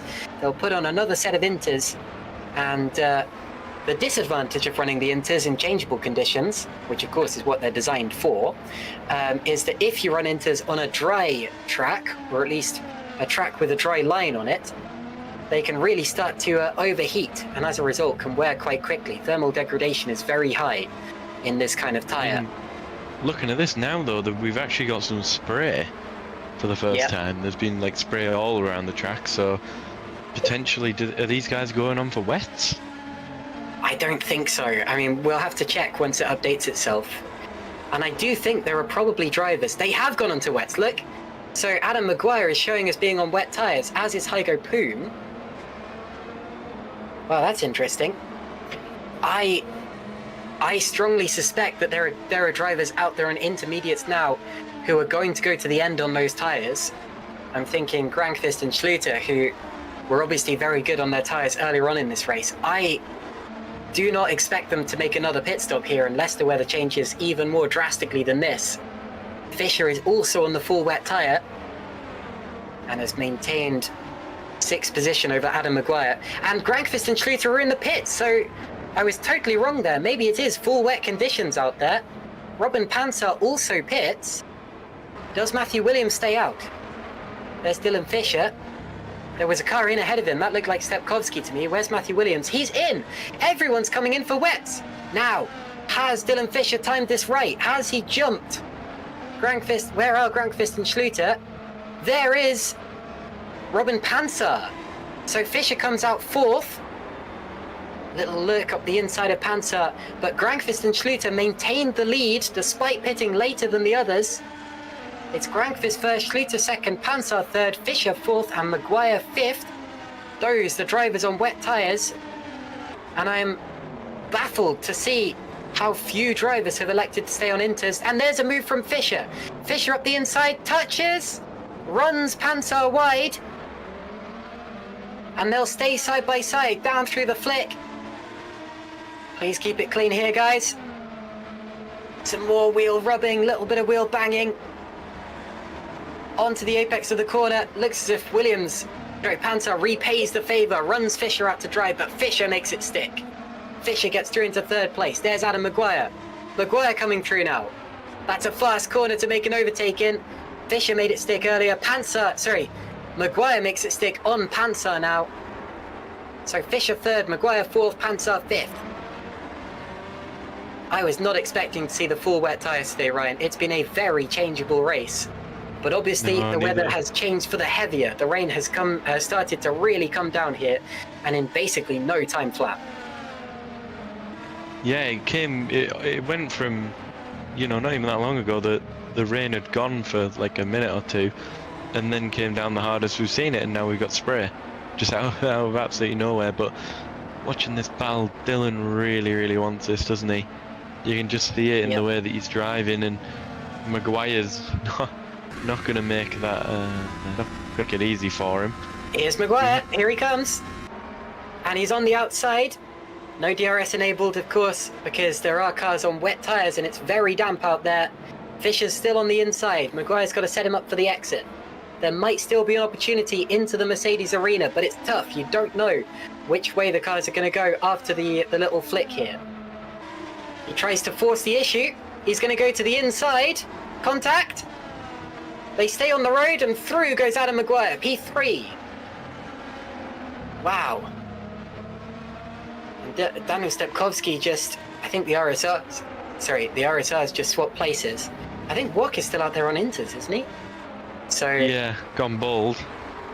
He has, and I think his tyres have probably gone bald by this point, having run on those for so long, but, I don't know how he's feeling out there on those tyres. He's clearly not the faster of the RSRs at this point in time. Across the line we go with 10 laps remaining in this race. It's the dash to the finish. I still can't believe, right as I was saying, the drivers would stay out in inters to the end. They darted into the pit lane for the full wet tyre. The tyre you very rarely see in real life Grand Prix racing. You see it slightly more often in virtual racing. Here is Robin Panzer now. Coming back at Dylan Fisher. You can barely see them through the spray. Hopefully they see each other. Big slide from Maguire. Maguire left it very late into the corner. That's going to cause a bit of a accordion effect, a bit of a chain reaction on the exit. He's kept control of the car. He's still pointing in the right direction. And the gap for the lead came down to 2 seconds in that pit window. Still advantage Jan, but it's not quite as drastic as it was before. Schluter pulled back about a second in all of that. We're very unlikely to see DRS to the end of the race, so it's a straight race from here, as Thomas Harvey gets himself back into the points now ahead of Zolt Schukes.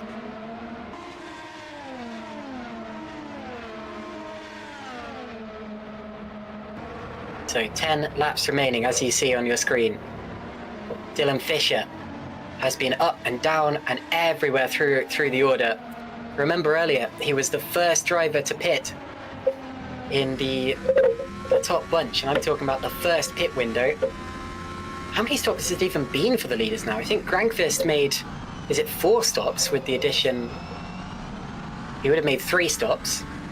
Yeah, that graphic is not right, I'm afraid. There are definitely drivers who have made more stops than it's showing. And here's Robin Panzer now on the back of Dylan Fisher. Goes to the left-hand side. That will be the outside for the hairpin. But I think he'll be through before the apex. Fisher tucks in. Panzer gets 4th. This lot are just swapping around for the fun of it at this point, aren't they? It doesn't look as if being ahead is any significant advantage. But surely it is, because there's so much spray being kicked up in the face of Robin Panzer and Dylan Fisher. And Maguire ran a little bit wide again. It seems Maguire goes very well at the start of stints and then just starts to lose it a bit further on. You've got to say Maguire might have a bit more of an aggressive setup. And talking of aggression, Tom Stevens makes a move for 12th position. It's been a recovery drive for him after potentially colliding with Carlos Martin at the start of this race. And 2 races in a row, the driver who came into the race second in the championship will have a tough time of it as Fisher runs very wide and drops off the back of Robin Panzer. Fisher definitely made a mistake through there. We know the drag strip is very slippery, and that cost him the opportunity to turn in for a good couple of seconds, and he's now 2 seconds behind Robin Panzer. That'll cost him a little bit there, Ryan. Speaking of 2 seconds, the gap between Granqvist and Schluter has come down as well. So that gap at one point was, well, last lap was 2.3, 2.4 seconds. Now it's kind of floating around that 1.5 to 1.7 mark. Yeah, actually, as I say that, it goes up a little bit more, but a little bit of an accordion effect with all these corners. But that gap has, in general, come down. Still, 7-8 laps to go, so wow, could we see a last couple of laps of a little battle for the lead? Glad to see someone's been keeping on top of the strategy. Ed Hunter says Granqvist has done 4 stops, Schluter has done just 3, and there are other drivers around that point in the order who have done 3 or 4 stops. There is Robin Panzer in 4th position, still on the back of Adam Maguire. Ed Hunter also says Hygo Poom is the big winner of the rain shower since he went for the full wets first, and indeed he is now in the top 10. It's a good thing he didn't sacrifice his race for Dylan Fisher earlier on. And Super Venturi have posted a rather telling emoji where they've got their hands over their face. And I can see why, because Granqvist, while he leads, only leads by 2 seconds over Mark Schluter heading into the last few laps of this race. Granqvist leads, followed by Schluter, Maguire, Panzer, Fisher, Williams, Stepkowski, Wok, Poom, and Moose, as Matthias Moose has just passed Steinhangraf for P10. Panzer might have a chance at Maguire here. Not quite, but he's close to him. Very different lines through that corner. Panzer trying to set him up for the exit.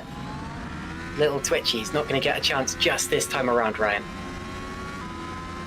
Yeah, still got quite a few opportunities, and he definitely looks the faster of these two as well. But, as I'm sure we're all aware, Adam Maguire is not an easy man to get past. He will put up a proper scrap. Well, that's been Maguire's strength in this race. I remember in the dry, he was very difficult to get past, led the chain of 4 cars for a long, long time. And when he was passed by Dylan Fisher, immediately jumped back ahead of him again. And in this occasion, he doesn't seem as stable as the other cars. He's twitching about a lot more and making a few more mistakes. But every time he does, he seems to be able to gather it up and fend off the car behind him. So that's been his real strength in this race, his defensive driving ability, which has never really been in question. We have 7 laps to go, including the one that we're on.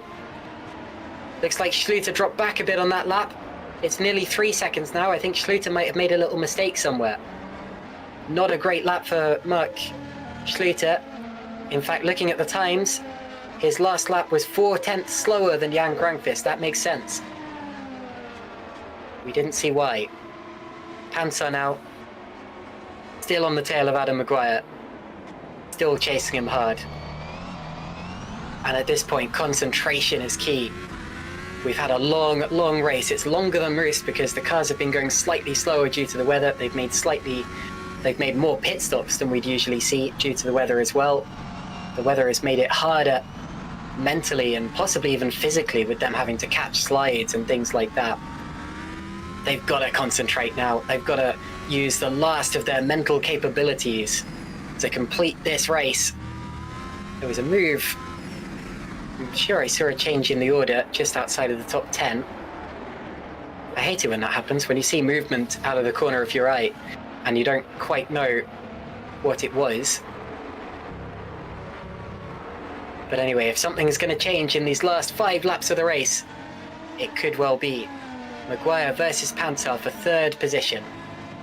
I think providing Grankvist keeps it on the island now, he should be okay to win this race, but you can never talk too early in conditions like this.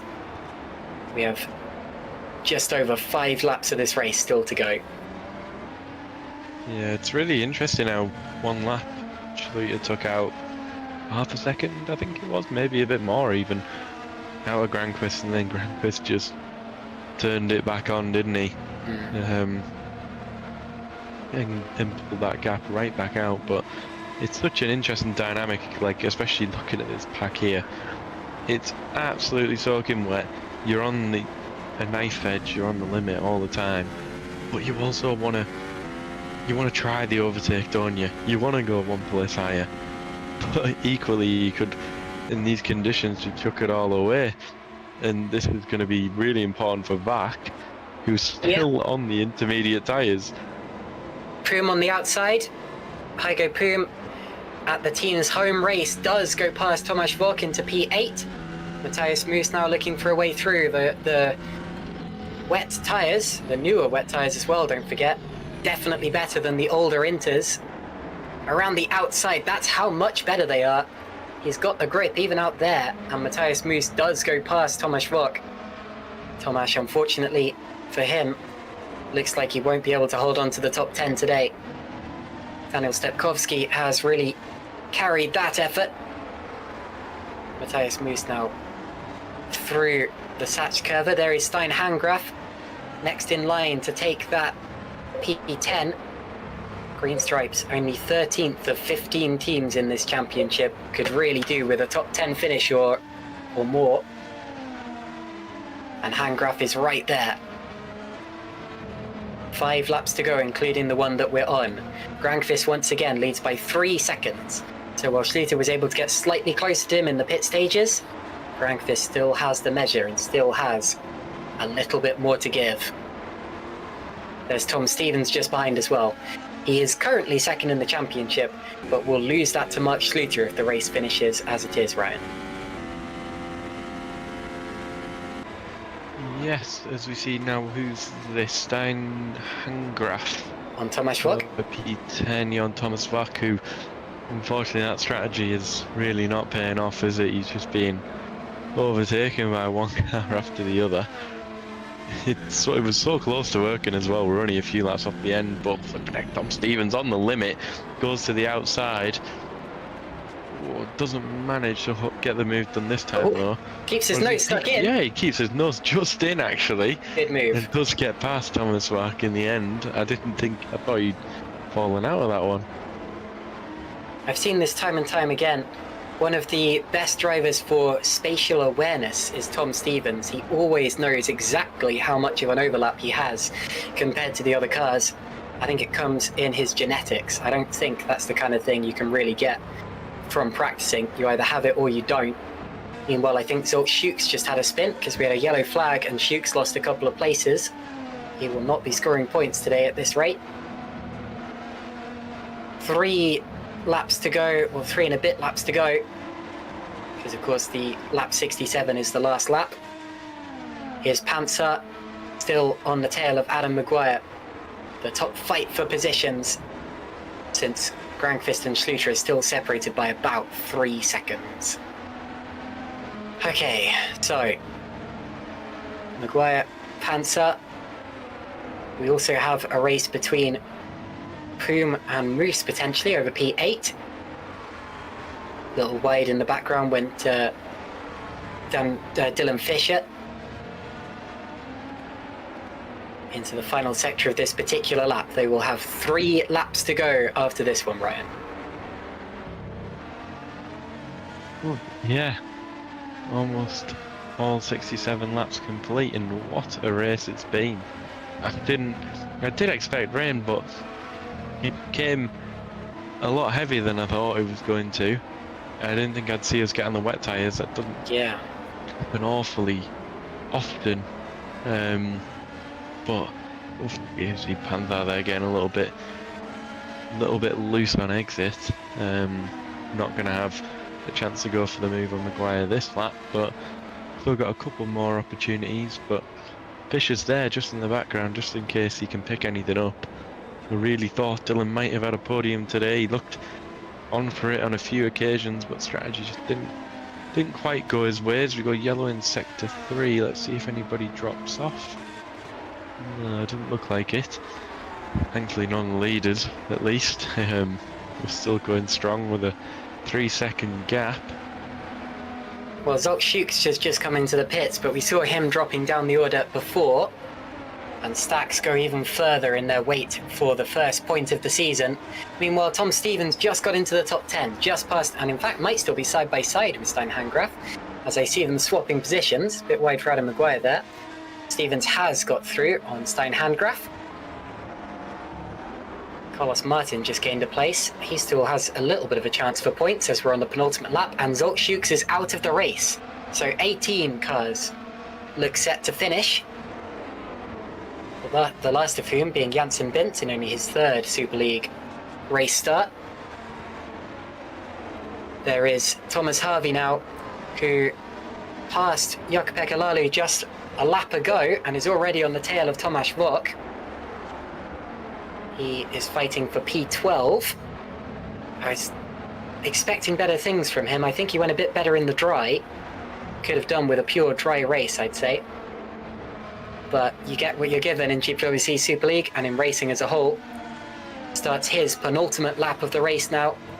You'd have to say still plenty of time to get past Tomasz Vok, who is still struggling on those old Inters and will do well to even hold on to the points at this point, because you can see the chain forming behind him of Harvey, Laulu, Gut, and even Carlos Martin at the back there. Ooh, bit of a twitch there. Riding on board with Thomas Harvey, and surely Tomasz Vok will have nothing to say to him. Up to the hairpin, goes to the outside. We'll leave his braking later. Give each other room, guys. They don't. They lock wheels. Just about get away without locking themselves together significantly. And Thomas Harvey gets P12, so does get the move done despite the slight drama. Meanwhile, our leader has started the final lap of this race. I'd like to... Oh, wait, that's a lag spike. Never mind. It looked as if Thomas Harvey had missed the corner, but that was not what actually happened in reality. Carlos Martin just took the final points paying position away from Vincent Gutt. So both of the Epic Racing Team cars are just about set to miss out. Here we are on the last lap with the fight for P3 continuing. This could be the last opportunity here. Panzer on Maguire. He's half a second behind. I think he'd need Maguire to make a mistake later on in the lap. Does Maguire get it worried up into the hairpin? He does. That might be the end of that particular battle there. And here is Jan Grankvist, who timed the race so well. Made a 4-stop strategy work, because that's what you can do in weather conditions such as this. Grankvist, remember, came from 3rd on the grid, but has jumped his rivals. He comes out of the final corner, and for the 2nd time in a row and the 5th time this season, Super Jan has won in GPVWC Super League, and he is clearly very happy about that one. Mats Schluter crosses the line behind him. The gap was about 3 seconds in the end. Now let's take a look at the battle of a 3rd coming up to the line. Dylan Fisher all but caught them at the end there as well. Adam Maguire will be P3, hangs on to it despite a poorly handling car. Robin Panzer is 4th. Dylan Fisher, P5. Matthew Williams will be 6th. Then it's Daniel Stepkowski, Heigo Poom. Tom Stevens just overtook Matthias Moose. They're side by side. There they are. Moose comes out just ahead. Oh, they come together nearly. We don't want to see a last lap crash, but Stevens is taking another look on the inside. And I think Moose has got it, and Stevens might lose another place because he got hooked up on the curb. Through goes Hangraf, and Stevens finishes a, by his standards, dreadful race in P11.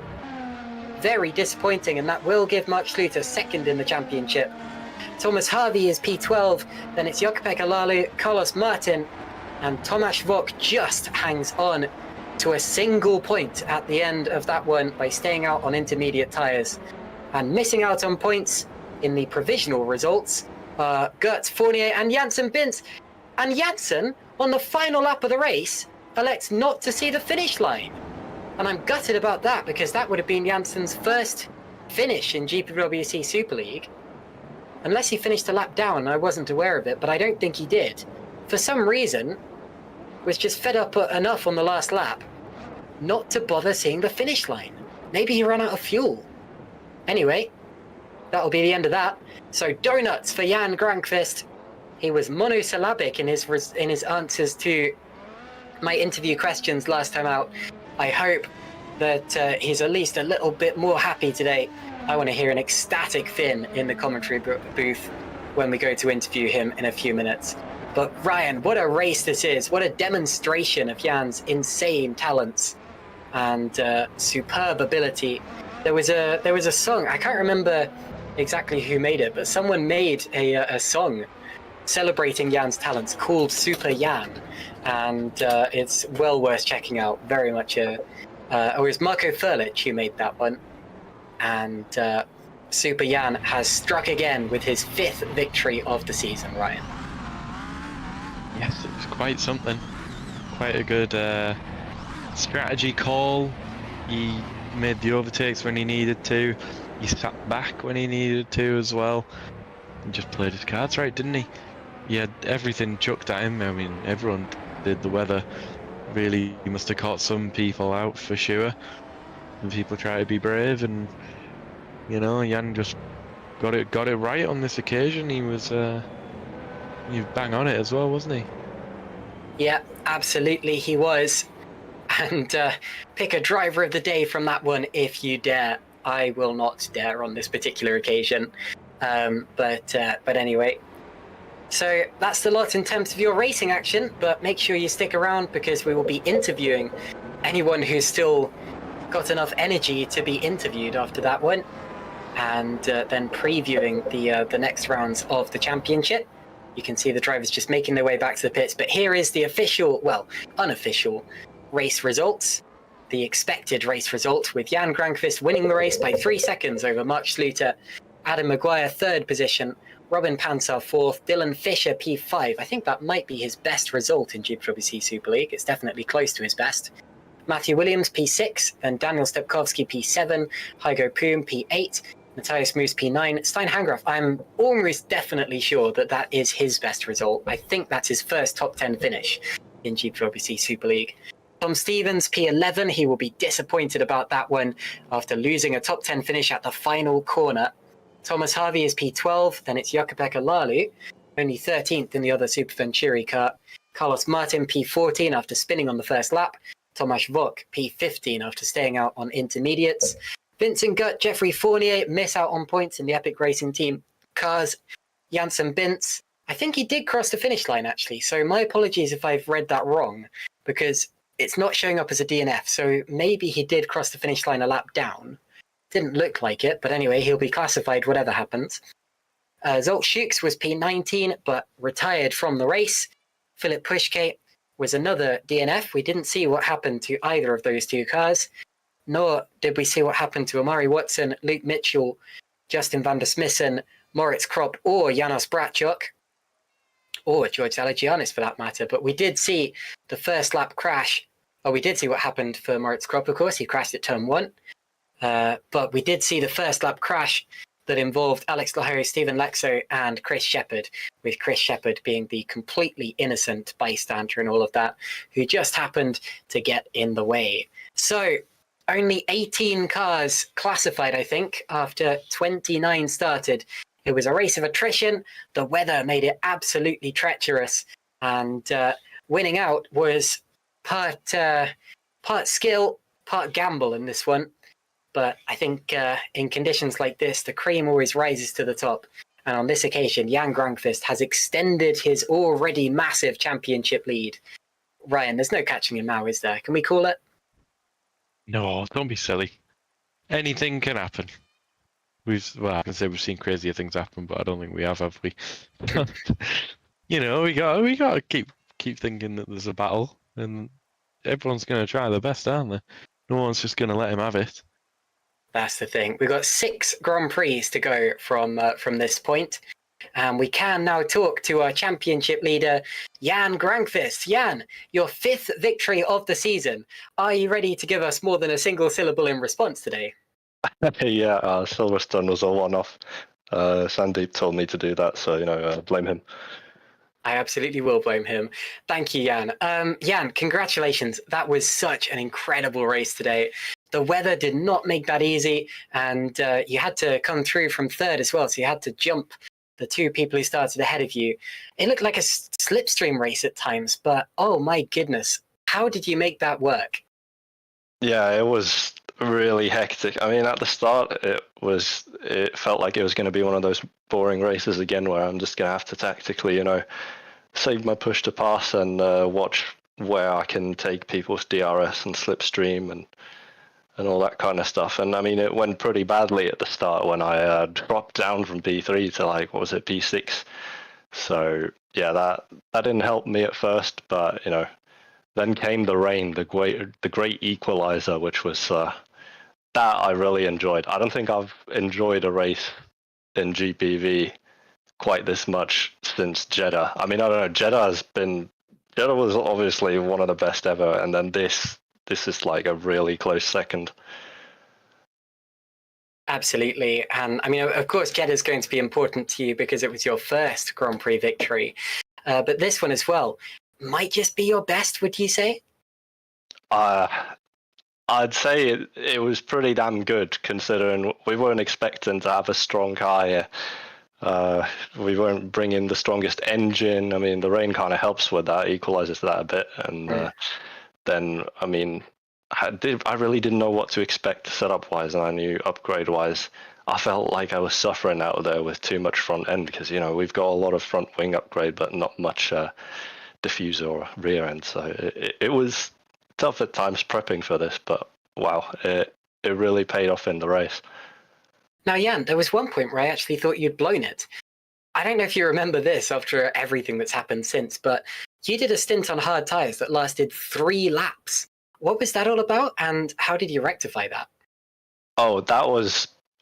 Yeah, I thought I was going to lose out massively then, but obviously all the different strategies were converging at that point, as it was still sort of had to think about how would you finish the race on the dry compounds, but then all of a sudden it started raining again, and even harder this time, where it was certainly inters for most of us anyway. And I just couldn't, I couldn't ignore that. I couldn't just bank on the weather to all of a sudden stop raining. I have to react to what's on my screen currently, and I just took the inters.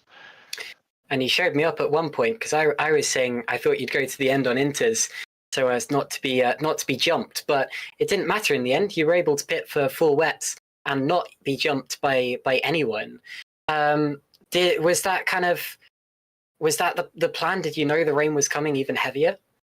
No, to be honest, yeah, I don't really have anything to predict the weather, so to say, because I've just learned over the years that you can't really predict what happens in GPV, or even though it is live weather technically. So it's we rather react to what's on our screen directly. And I mean, what really was important there was my overtake on Mark, which I didn't realize at the time. But obviously getting past Mark on the dry tires first, managing to get the jump on him on the pit cycle as we were going back into the inters and then wet. I think that probably won me the race. Yeah, I would agree with that. And your fantastic car control in the wet as well. But congratulations, Jan. You've extended your championship lead even more. GPVWC is just boring at this point. Well done. Thank you. Okie dokie. So that was championship leader and race winner Jan Grankvist. Let's talk to. I've already forgotten who was second in the race. Mark Schluter. I'm joking. I didn't forget that. Mark, hello. How are you doing? Not good. Not good. You've come second in that one. You're back to second in the championship. However, they do say that being second, you're the first to lose. So, is there anything more that you could have done to beat Jan today? Yeah, not reacting to his 3-lap hard stint as well. That was the mistake. Yeah, I mean, it was a mistake for Jan, but it kind of compounded everyone behind him.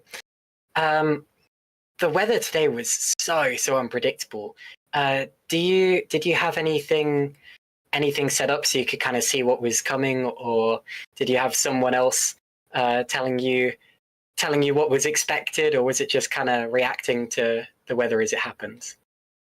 I think it was. I mean, I had Loic with me, but it was more like I react to how the car feels in certain conditions and just react to it. Yeah. Now, Mark, you were. Oh, sorry. Yeah, the rain kind of fucked us, cause I think, yeah, I don't know, it was kind of weird today.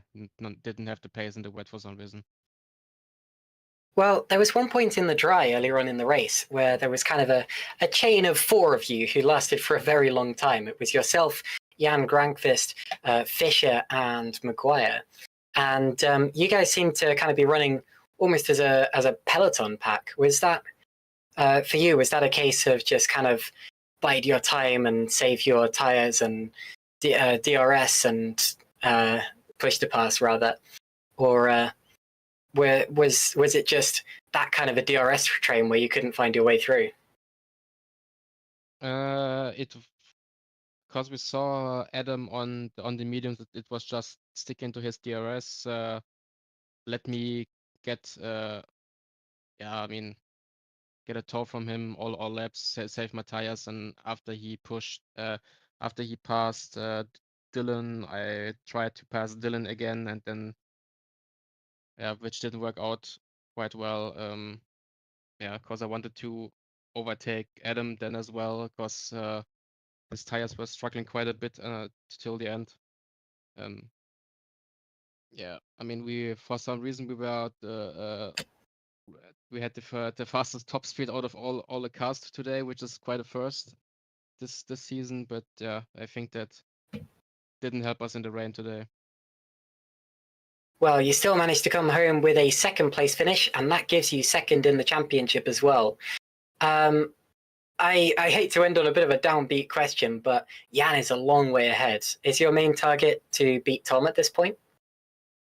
Yeah, I mean, after Silverstone, it was pretty much just try to at least get the vice championship until the end. And yeah, I mean, these are kind of hard words, but Jan kind of has to DNF like 3 to 4 races in a row to let me catch back up, and I need to win all these races. So yeah, he practically kind of has to have a stroke or something to really lose that now. That's quite an image, but yes. Whatever the case, well done on finishing second position there. Those were difficult conditions, and even if you didn't win, I still think you should be happy with that. And you're German, right? So that was your home race there. Yeah, I also had a special hammer today. I don't know if you guys saw that, but yeah. Yeah, let's see. I think Jan pushed Dylan wide at some point in the Mercedes corner. Let's see what the stewards says about that, if it's punishable or not. And maybe, I mean, you don't want to get the win on the green table, but yeah, at this point you kind of have to take it if you're so far back in the championship. Are you going to be on the phone to Dylan after this? Maybe, yeah. Okay. Well, thank you for talking to us, and congrats on finishing second nonetheless. Thank you. Okie dokie. So we don't have our third place finisher, Adam Maguire, but I will be able to run through a few more people. I was very impressed. Oh, sorry, I brought you in mid-conversation there. But I was very impressed with Dylan Fischer's performance today. Dylan, hi. How are you doing? Very, very warm. Oh yeah, goodness. I mean, we're both in the UK, and I can tell you it is muggy here. Yeah. But Dylan, I believe that's your best result in Super League, isn't it? It is, but you know, as I've been complaining to Hygo for the last 10 minutes, it could have been so much better. I feel like there's a lot of people who think that way, but you've also got to take what you're given. You know, 5th place, that's not bad at all. I will say, you got that from your insane qualifying performance. That was where it all started for you. Were you expecting to find yourself basically with exactly the same time as the pole sitter? Well, like, the thing is with that, I'm still annoyed at it, because that lap was a mess up, massive mess up as well. Really? In practice, I'd done 0.3s, 0.4s, 0.4s pretty consistently. And I think Mark is probably the same, so it's just frustrating. But I don't think it would have changed anything. If anything, it would have just overtaken me into the hairpin so easily with the rocket ship he had today. Well, I noticed that happening a couple of times. There was a bit where you were at the head of a chain of 4 cars, and Adam Maguire came through pretty quickly, but you were able to jump him back. Not too long after that. It looked almost as if I said this before, but it looked almost as if you guys were running as a kind of peloton. What was the thought process at that point in the race? Well, I would tell you if I knew what a peloton was. Like when you see a bike race and there's like a group of bikes all together, kind of right, yes, yeah. using each other as pacing. Yeah, pretty much. You know, we went into the race with the idea of, we'll just use the DRS and then we'll cruise in the corners. You know, we're obviously running, you can see it by the speed traps, higher downforce than most others. So we could just cruise through the corners and naturally gain anyway. But then, like 5 minutes before, we just like looked at our strategy and went, wait, we haven't even considered a 3-stop here. Really? And then that basically completely, I think, changed it for us. You know, we were much happier just cruising. That's where the setup felt at its best. But, you know, it is what it is, and we made best of what we had. Indeed. I mean, again, I don't want to end on a downer, but as soon as the rain started to come down, I did notice a few mistakes, and there were a couple of situations where you definitely did lose out. There was one point where you were fighting with Panzer for the lead, and then suddenly there was an insane double overtake from Jan, and then one from Adam as well. You went from about 1st to 5th. I imagine you were sitting there like, what was that? I think stronger words were used than that. But yeah, you know, it is what it is. I mean, genuinely though, I think we made all the right calls. You know, we got unlucky with when the rain came down compared to where we pit. But then Hygo basically made a great strategy call going from inter to wet at that exact point. You know, it didn't necessarily gain us anything, but we didn't lose. So we would have lost otherwise. Fair enough, fair enough. I mean, I've been saying this since the start of the season, but I still think you're on the up and up. And I think your first top 5 finish proves that. But before we end this interview, I'd like to ask about your special livery for this race. I didn't think your team was German. I thought you guys were Mexican because of like yeah. Yeah, so TR itself, the team behind AKA Hero, we're Mexican. But AKA Hero, the company which sponsor us, title sponsor us, whatever, whatever you want to call it, they are German. And most of our sponsors are German, so we thought we would, celebrate that our team is very much, we have a couple of Mexican members. The founder was Mexican. Well, is Mexican. Was. Yeah, good choice of words there. Yes. But a lot of people in there are also German, so I thought we'd celebrate that. Fantastic. Well, thank you for letting me know. Congrats on your first top 5 finish in Super League, and I'm sure there's lots more to come from you. Yeah, thank you very much. Thank you. Let's squeeze in one more before the end. We can speak to Dylan's teammate Hygo Poom, who came through the order with the weather. Hygo, do you hear us loud and clear? Yes, hello. jolly good. Now, I was just speaking to Dylan, and I got the impression that the rain didn't really come at the right time for him. It came at exactly the right time for you. You made that work on those wet tires. What was the inspiration for going onto wet so quickly? The first sweat didn't come. At the right time, I was already at the end of my mediums, and the moment I pit is the moment it started raining again, so that was fun. But the second call was made because we were just talking a lot about when is the correct position, and then I became a test mule. I said that, hey, I'm pretty much not fighting anything right now, and took the chance, and it turned out to be the correct one, and I'm happy that it did. Well, it absolutely did. There was a point in the race earlier on where we saw you leading briefly before your first pit stop, and your teammate was coming up behind you. We were kind of considering whether you'd maybe stay out an extra lap to fight with the people behind, but I guess the question was never about sacrificing your own race for your teammate. Was that considered? No, because I was already giving him a lot of third air. The car behind, I don't remember who it was already starting to gain, and I was gonna pit in the next lap or two no matter what. So it's better to get out of my teammate's way. He was going really fast at that point. The less third air, the better for his tires and everything, so it was never a consideration to stay an extra lap. Fair enough, fair enough. Heige, that's your joint best result of the season so far with Japan. What more can we expect from you in the next few races? Hopefully more consistency. Right now I've been up and down and up and down. Right, we've been struggling with getting the car to like both high speed and low speed corners. It looks like we are a bit better in the low speed, so we need to fix the high speed. But I hope more consistency and more top 15, top 10 results to become more of the norm rather than qualifying P20 and hoping for a singular point every now and then.